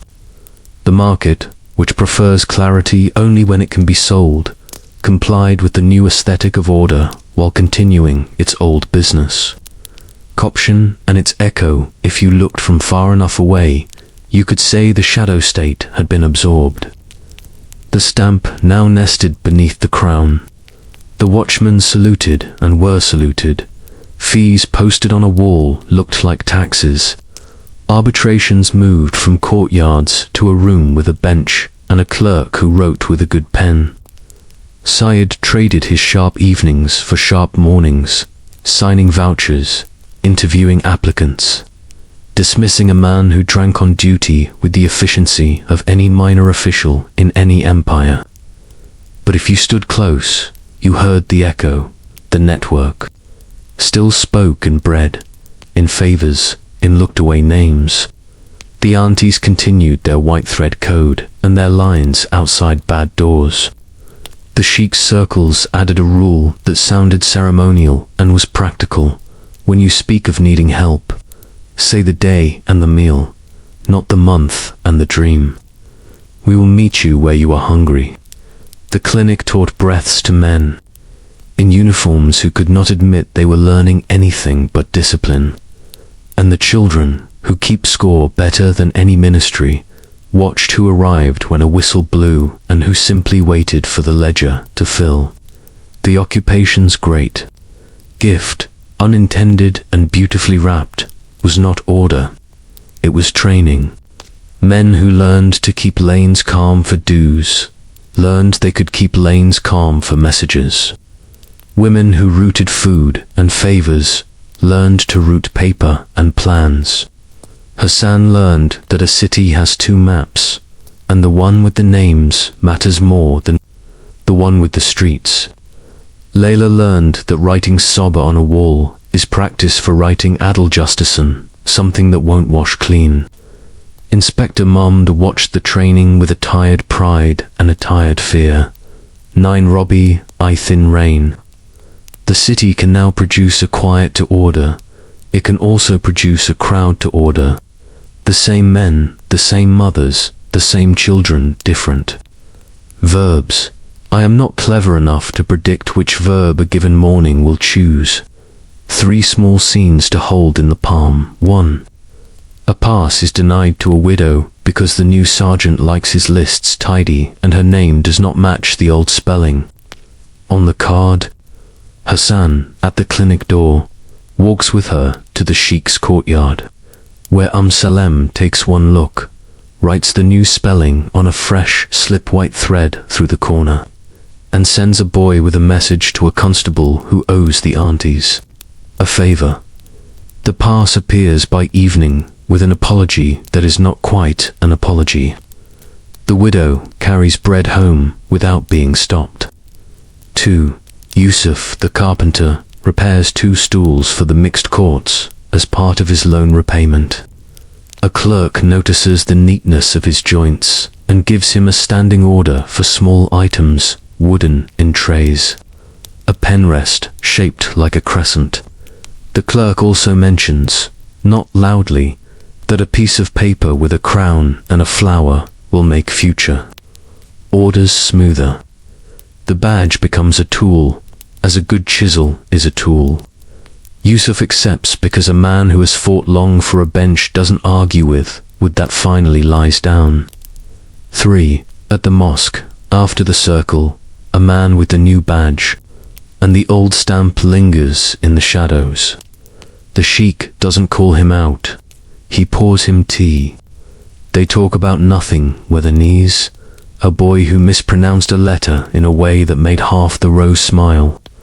The man leaves his cup, and under the cup, a small note, 2 addresses. 2 hours, the closest thing he can offer to warning. Co-option is rarely total. It is a tide, and tides leave pools. What the maps cannot see, yet the occupation taught Cairo to perform order. It did not teach Cairo to believe in it. The channels cut across the floodplain. The water hummed in them dutifully until the first storm. A fever season was brewing, the kind that makes the city's own plumbing wells, drains, alleys, lungs run backward. When cholera arrives, lists and passes will meet a different kind of test. Fear of authority that keeps people from clinics. Shame that keeps them from asking for help. Curfews that trap sickness in rooms already short of air. Before that season breaks, the shadow state will thicken into something with a pulse of its own. The crown will learn how little it owns, the channels it has improved. The pomegranate will discover how much risk is the price of influence. The aunties will invent another ledger, this one for orphans. The clinic will smell like carbolic and a kind of hope that survives on less than is decent. And a generation Ali Hassan, Layla will be ready to carry what adults have built and broken and built again. Not because anyone taught them to be heroes, but because the city taught them to be useful. We'll walk into the fever with them, not hurriedly, not fearfully, but with the calm of people who know the worth of a bucket under a leak and the power of a name spoken kindly at a gate. Coming in part 11, the fever season, cholera at the door, passes that become walls, clinics that become lifeboats, and how fear of the law made a medical crisis larger than disease, you said. There is a sound a city makes when it is sick. It isn't the cough itself. Cairo has always coughed, and the lanes have always learned to step around it. It's the hush that follows a cough, the way conversation folds in on itself, the way women lower their voices as if the air has become a witness. In the winter of 1886, that hush settled first in the corners under stairs, along drains, inside rooms with too many bodies and too little light, and then it spread until the city had to admit what it already knew. Cholera had come. The occupation called meetings. The station produced posters. The mixed courts argued about quarantine versus commerce. Children learned to write a new word on half-clean walls. Fever, too. Ims like a heartbeat that wouldn't slow. The first door that didn't open, it began, for our small company, in Darb al-Gamsa, with a woman everyone called Khalil. You've heard her name in passing, a washerwoman with 5 children and a back that ached like a tired drum. When the cramps started, she told herself it was something she'd eaten. When the shakes came, she decided it was the weather. When the watery stool began so fast, so frequent her eldest couldn't keep clean water in the room, she told Khalil to bar the door. Not the clinic, she whispered. Not the station. We are known there. Known meant watched. Watched meant questions. Questions meant names in ledgers that could be read by anyone with a badge and time to burn. The ban had taught the poor that contact with authority is a risk classed with fire and flood. So they stayed inside and tried to pray the body into calm. On the second day, Ollie came with his jar to leave water for the neighbor upstairs. He found the door latched and the room quiet, and, because he has learned the city's grammar, he did not knock. He went instead to the only door in the quarter that always opens. The blue-tiled clinic where Dr. Yusuf Effendi or Mir Kips Carbolic on the shelf and mercy in a notebook the captain can't requisition. The clinic becomes a lifeboat. Would have recognized the clinic by its smell long before you reached its threshold. Themed lime, a thread of smoke from a kettle that never empties. That week, the smell changed. Carbolic, sharp and medicinal, took the top note. The waiting room rearranged itself into a triage of stools near the door for coughs and sprains. Mats in the back for the blue-lipped and the sunken-eyed. A bucket of lime sat by the threshold, a white crust forming along its rim like frost. "Don't send me to the hospital," a woman begged, her hands chapped raw from washing sheets in cold water that wouldn't get clean no matter how she scrubbed. "They'll ask my name and someone will remember it." "They won't," the doctor lied a little, kindly. Then he did what he could without paper and with truth. Boiled water, salts, rest, quiet, and a promise that no names would leave the room. Hassan took the door as his post, not to keep people out, but to sort them in a skill he learned in alleys. Now turn toward care. Coughs here, fever there, you sit. You haven't eaten. He learned to smell the cut between ordinary sickness and the thin, sweet reek of cholera in a way he wished he didn't have to. Layla arrived after her thread shift with her alphabet cloth rolled under her arm. She set it aside and took the job no one else wanted. Washing hands. She scrubbed children's fingers until the nails showed clean crescents. She handed a rag to a man who stared at it like a letter he could not read and guided his hands. The way a teacher guides a pen. Soap. Rub, rinse, again. Between patients, she drew a picture on a scrap of paper boil. Cool. Cover 3 sketches that made instruction possible in rooms where fear had made language brittle. Khadija came with Radia to fold cloth into triangular bandages and stitch. Sashes for the clinic's helpers, so that constables who came on sanitary business would see order and not excuse themselves to make trouble. The sashes were white with a stitched pomegranate in one corner and a stitched crescent in the other. Both languages of the lane learned to sit side by side on a shoulder for a while. The doctor's book of stories fattened with notes that had nothing to do with hashish and everything to do with water and fear and time.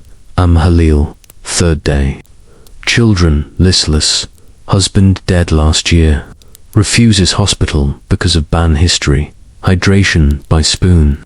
Broth from mosque kitchen. Send Hassan to boil more water.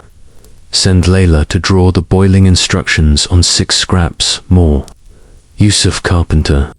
Building latrine at clinic's rear. Needs lime. Ask Syed for 2 sacks without charge. Send the aunties to fetch if he plays clever with price. Ali, forbidden to fill from the old cistern. Teach route to the distant pump. Pay him double. The pass becomes a wall. The occupations. Pass system made sense on paper cards.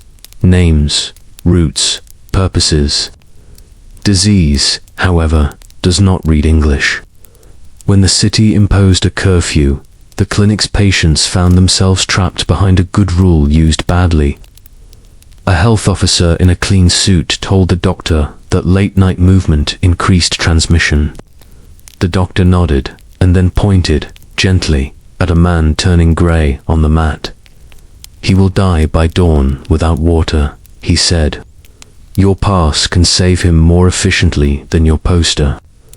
"Ask the police for an escort," the officer replied, as if posting a guard outside a sick room was something the room would welcome. "Inspector, Mom got the message, the way messages travel in a season like this, folded twice. Sent in a child's shoe, delivered with a cough that sounded like please.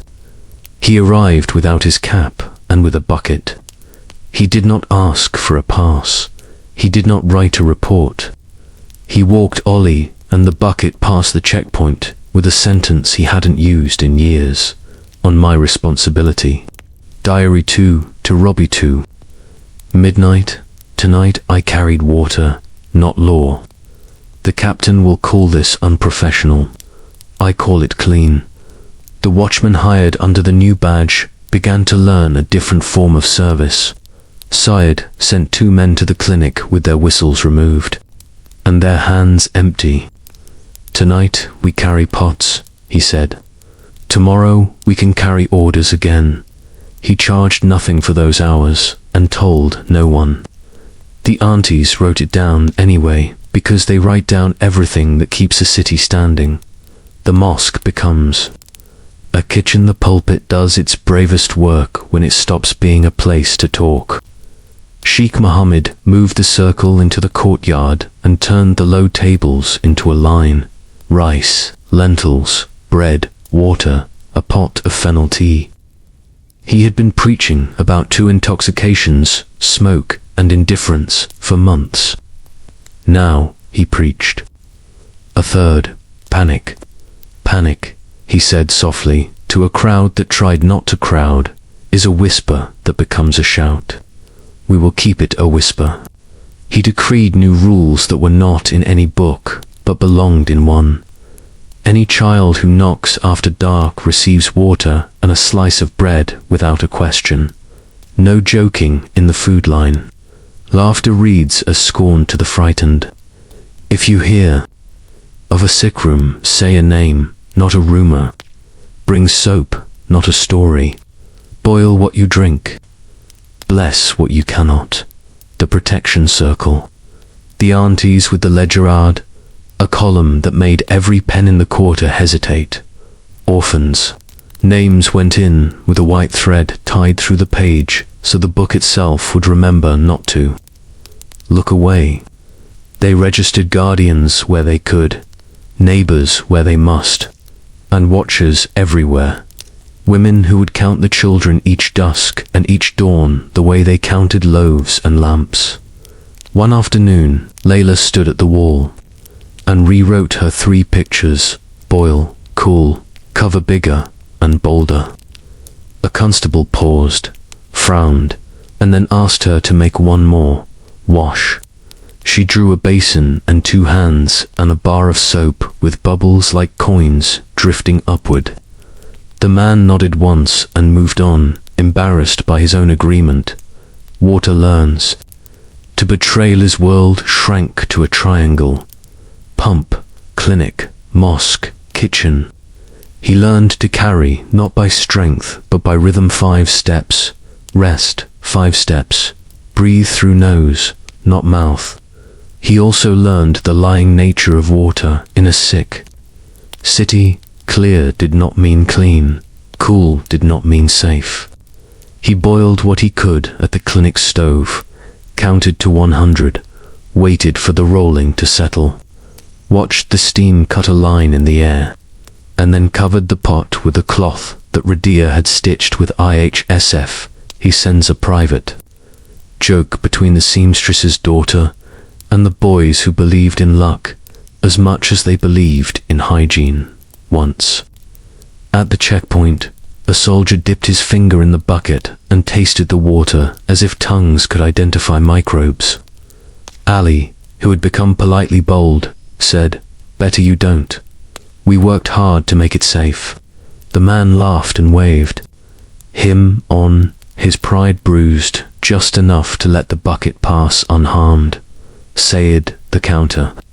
Pivot say market with muscle knows how to turn its head when the wind changes. Syed took one look at the ledgers, the aunties. The clinic sand pivoted the way businessmen pivot when profit is no longer the only statistic that matters.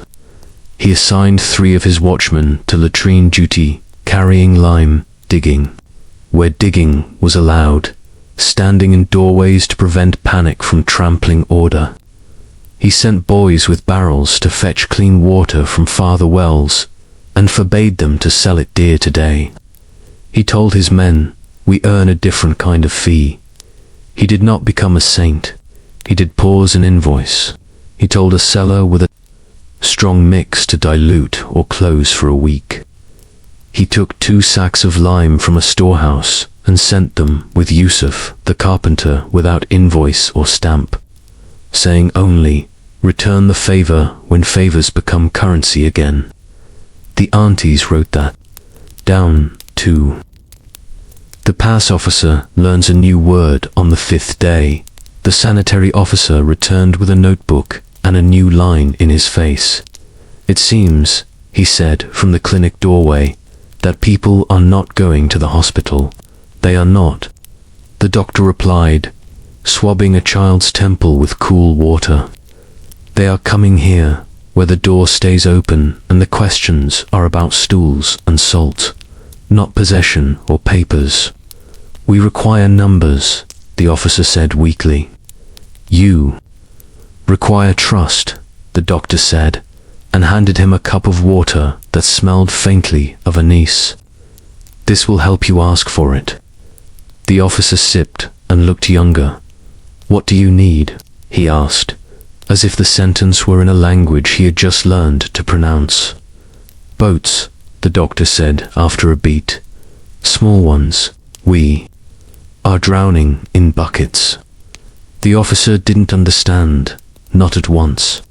But the next morning, a wagon delivered tin cups, barrels, soap, lime, a stencil with a crown that the doctor used once and then put away. He sent the man a note with 2 words and a circle drawn around them. "Thank you," the inspector's choice. Again, curfews grew harsher as the numbers climbed, because that is how charts think, on a night when the wind carried the smell of lie and fear. Inspector Momd found himself at a corner where the sheik's line met the officer's order.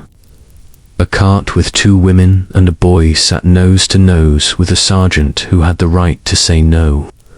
"They have no pass," the sergeant said, tapping his board with the satisfaction of someone whose pen is finally mightier than the night. "They have fever," Momd said, and then before his courage could argue with his mouth, he lifted the rope himself. "We are not a door," he told his men. "We are a bridge."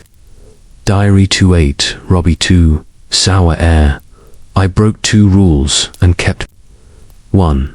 I did no harm. The next morning, the captain asked for an explanation. Momd brought him a number that the captain's chalk could understand. 3 lives, he said simply. Yesterday we kept 3 of them moving. The captain looked at his charts and looked at the inspector and then looked away. Some men are better at graphs than faces. Ledgers of Grief, the auntie's book, Jamut al-Himbia, filled with names and lines so tight that the paper felt heavy. They switched to initials for the first time in months. Grief makes letters shy. They added a new practice, witnesses. No one, the ledger insisted at the top of a page, should leave this world without their name spoken by someone who can tell it properly. Women took turns sitting with the dying, telling stories back to them like a rope. Your daughter laughed, like this. Your husband hammered nails that sang. Your cat steals fish on Fridays. Your name is your name. In a season when many rooms were emptying, witnesses kept the city from learning a dangerous habit, unseeing. Layla returned to her wall and wrote. A 4th word, Sabrapation Sunda, the 3 pictures. The chalk broke. She kept writing with a short piece that left her fingers grey and dignified. When she finished, she underlined Saba with a line that wavered only once. Not all endings are tragic, and not all mercy is loud. Khalil lived. The clinic, the mosque, the inspector's ropage played a verse. She came out of the fever, folded like paper that's been opened and smoothed and still remembers being a boat. She lost 2 children and kept 3. Fatima, the eldest, learned in one hard week to measure salt into water with a steady hand and to tell a constable no, with a voice that had lost its tremor. Yusuf, the carpenter, finished the latrine frame behind the clinic. wiped his hands on a rag, and stood for a minute doing what carpenters do when they have built something plain and necessary. They looked at it like a psalm. Hassan caught sleep on a bench and was covered with 2 blankets because someone saw him shiver and remembered that he was 12 and also a gate. Ollie learned to drink slowly. He also learned the word enough in a new register, the one you use for water and for grief. Khadija stitched more sashes and discovered, to her surprise, that the city sometimes wears what women make in order to keep itself from falling apart. Sayed collected no dues on Fridays for the length of the fever, and though he never said why, the aunties nodded. Sometimes a man purchases his own future with silence. Inspector Mumd kept 2 ledgers and, for the first time, showed 1 page to no one, not even his own sense of tidy. A list of names carried past ropes. What law? Learned if it was listening, if the law had ears this season. It learned that fear can be as contagious as any bacillus and more stubborn. It learned that posters are paper until they are people, that passes can become walls, that the words on my responsibility can move water faster than any permit. It learned that a city is not saved by seizures and graphs, but by buckets, ledgers, lines of women with ladles, and a boy with a whistle he refuses to blow because tonight it will frighten children. It also learned something law hates to admit, that the networks it calls informal are often the only ones that work on time. The shadow state of ledgers and stamps and kitchens and sashes held when the bright state of passes and maps and charts wavered. Administrations will take note. So will men with causes and flags. A city that learns to mobilize against fever can be taught to mobilize against other infections, including occupation. We will not march yet. First, we will breathe. The fever is not a paragraph, it is a season. It leaves orphans, habits, skills. It leaves a clinic with a door that is now a threshold in more senses than one. It leaves a pulpit that has learned the liturgy of ladles. It leaves a station where at least one inspector has remembered that the law is most beautiful when it behaves like a bridge. In the last chapter, we will gather what the city built while trying not to break, and we will ask what it meant. We will follow stamps as they become seals, passes as they become papers, watchmen as they become messengers, and children as they become the kind of adults who know how to carry a city without asking it, to pretend there is a sound a city makes. When it is mending, not celebration, Cairo has always known how to cheer and will again, but a kind of careful bustle, as if every footstep had learned to place itself where it will not break what was just repaired. After the fever season, the air smelled less of carbolic and more of bread again. Doors unlatched, lanes remembered laughter, the thinner kind that returns first, and all the provisional inventions, ledgers, lines, sashes, passes, turned into permissions, stayed where they were. They had done their work. Now they would learn a second job. What follows is not a march and not a manifesto. It is the quiet way a city practices power until it discovers it can lift more than a bucket. When a ledger becomes a charter, the auntie's book, Jamut al-Himbia had been a rescue list. Names, dues, bread, orphans, witnesses. In the spring after cholera, Salim stitched on a thicker cover. She added a first page with words no one had expected to see in ink. Purpose, to keep food, safety, and dignity available to any neighbor who asks. Method, weekly contributions in coin and work. Monthly assembly, public accounts. Rules, no debt without 2 signatures. No decision without women present. No favor that cannot be explained to a child. The book, in other words, stopped being merely a ledger and started behaving like a charter. Dues remained small, obligations grew clear. A notice went up on the mosque walnut, the pulpit, the wall, where everyone could touch it with their finger like a vow. The pomegranate stamp that used to authorize receipts was pressed at the bottom beside a new mark. A thread and needle worked in indigo, the auntie's emblem. Two authorities, side by side. Two languages of order. The first assembly lasted short, because assemblies that last long become arguments, and people still had soup to mind. They voted by raised bread, not by show of hands to spend the months. Surplus on chalk and cloth for a second wall of pictures. Boil, cool, cover, wash. They also voted to register all evictions attempted in the quarter. Not to stop them yet, but to name them together. The clerk from the mixed courts, the one who liked Yusuf's pen rest, agreed to copy the list once a month in a hand officials would consider serious. A week later, a landlord tried to raise rents on 3 rooms at once. He was met, not by a crowd, but by paper. A page with names, dates, dues paid to the society, notes on each family's circumstance, and a declaration at the bottom that the quarter would supply witnesses in any hearing. The landlord lowered his price by a quarter and muttered that he didn't mind charity but disliked organization. Organization smiled and went back to stirring lentils. Kitchens that learned to bargain the mosque kitchen kept its line. The difference was at the end of it. A table appeared with a slate where women recorded not only how many bowls were taken, but who had missed work and why. Boiler broken at the dye house.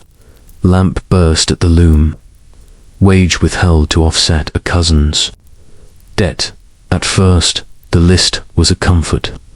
A city likes to see cause and defect written down. Then it became an instrument. The seamstresses formed the needle circled in women, and enough resolve to cut muslin with a glance. They met on Tuesdays, when the workshop ran short shrifts, and agreed on 3 asks. 1 rest hour at noon, coal provided by the owner instead of taken from wages, and a pledge that no girl under 12 would be hired for night work. They sent Layla as their scribe with a petition written in a clean hand and folded under a strip of cloth sewn with the thread and needle emblem. The workshop owner laughed, the way men laugh, to see if the room will laugh with them. It did not. 2 weeks later, he agreed to the rest hour and the coal. The girls, he argued, were the city's custom. So is bread, one of the aunties replied. We do not grind children to make it. Yusuf, the carpenter, who had rebuilt the clinic's latrine like a hymn, discovered he had become something like a foreman in the quarter's eyes. He gathered 6 men with benches, and they formed a cooperative. 3 coppers from each job to a shared box for planks and oil. 1 day a month spent mending stools at the kitchen and shelves at the clinic. A promise to fix a door within 24 hours. When a woman asked, they also drafted their own asks gloves. When hauling stone, a lamp shielded with glass in workshops. Payment by the week, not the whim. These were not dreams, they were schedules. When the asks were refused at a site near the new railway, the men did something they had never done for themselves. They stood where they were and let the hour pass without selling it. No shouting, no scuffle. They wanted the foreman to learn a new arithmetic, that 2 hours of men waiting calmly cost more than 2 minutes of men pleading. By evening, a compromise. Gloves ordered, lamps inspected, payment posted on a board. The cooperative marked the result in their book with a single word learned from the clinic: stable. Watchmen who changed their whistle if you had asked Sayed in 1881 what his men were for, he would have said, silence. After the fever, he began using a different word, flow. We keep the lane moving, he told a new recruiter, quiet boy with clever eyes, who had once run errands for worse pay. Sometimes that means stopping a raid. Sometimes it means clearing way for a sick cart. Sometimes it means standing where tempers stack up so the rest of the city can pass. He assigned marshals 2 to the kitchen line, to 2 the clinic threshold, 1 to the seamstresses' Tuesday meeting, to learn how to de-escalate without making a show, to stand with their hands visible, to mark routes should a crowd need to move without crushing its children. He taught a vocabulary of gestures, palm down to slow, forefinger and middle finger to split, 2 hands open to listen, and he required his men to switch their whistles for cloth sashes that said, "We will not startle you tonight." He also understood a new economy was forming.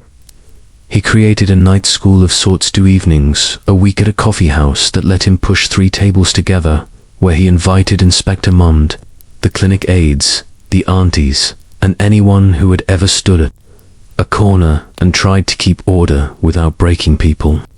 The subject was simple and hard: how to keep a crowd from becoming an excuse.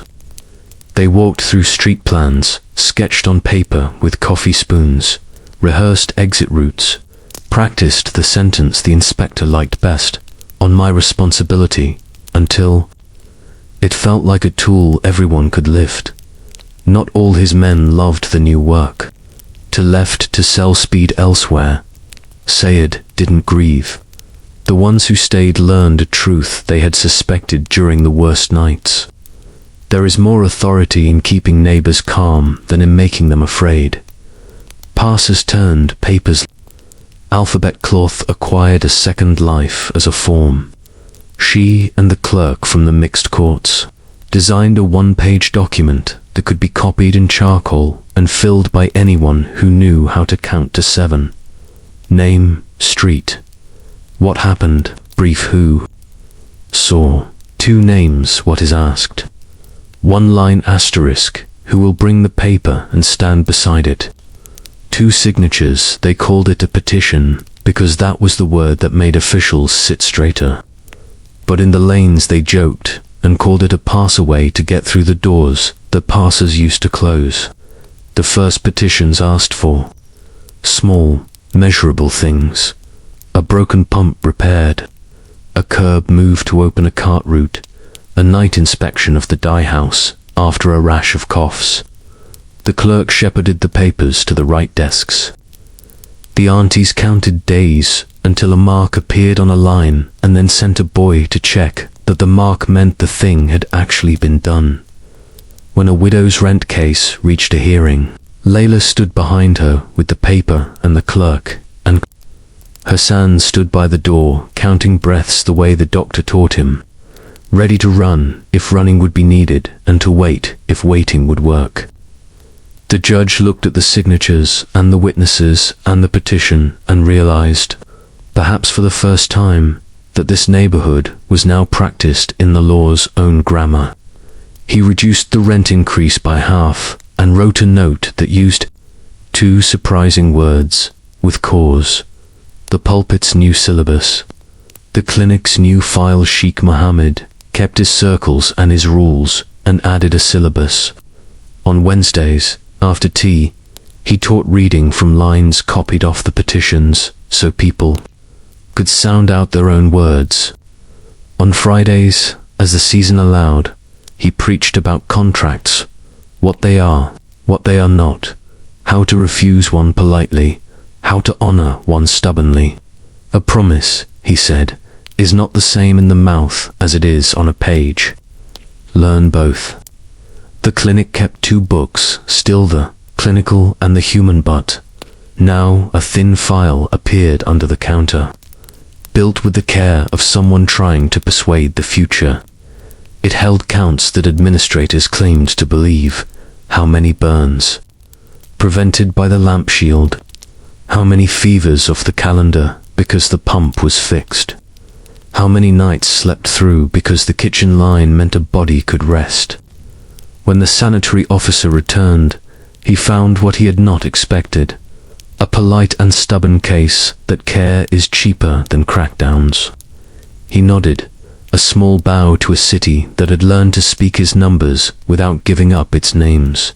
The young find their verbs. They stopped carrying the name Waterboy in his own head, though the jar still fit his hip.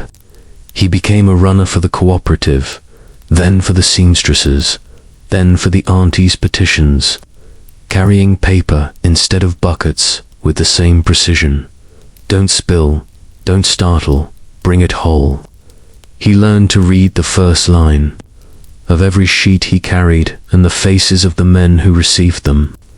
He learned where a paper should be folded and where it should be shown flat. Hassan moved his post from the clinic door to a new kind of corner, where men gathered to decide whether to push or to hold.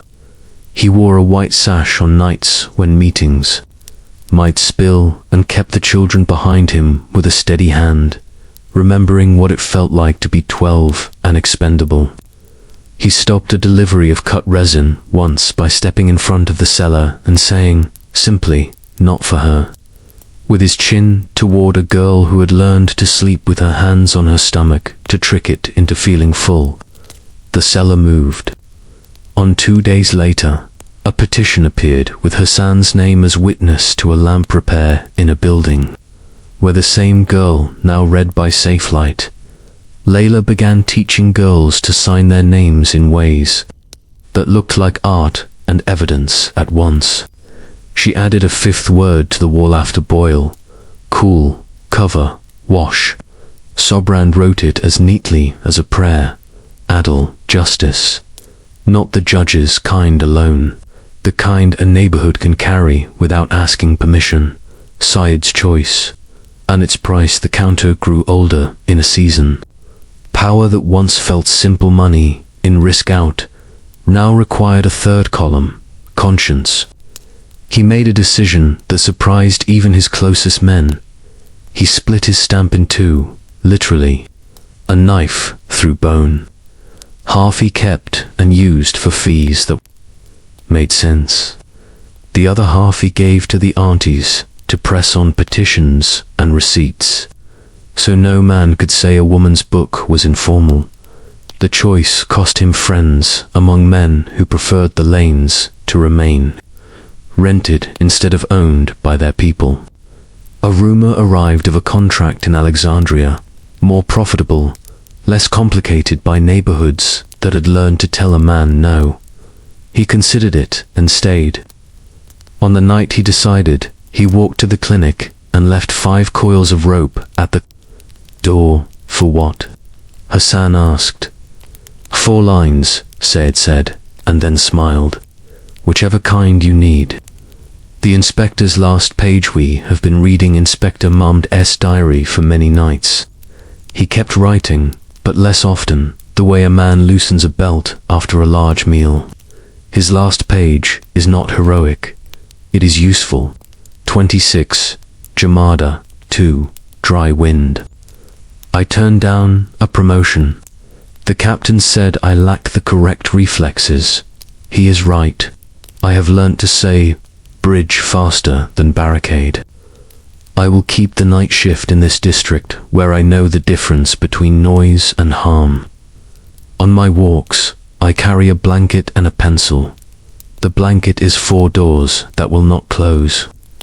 The pencil is for men who haven't learned yet that writing is a kind of weapon that does not leave wounds. If anyone reads this, understand. A city is a set of agreements about how loud we may be with each other. I would rather write those as rules than as reports. He put down the pencil.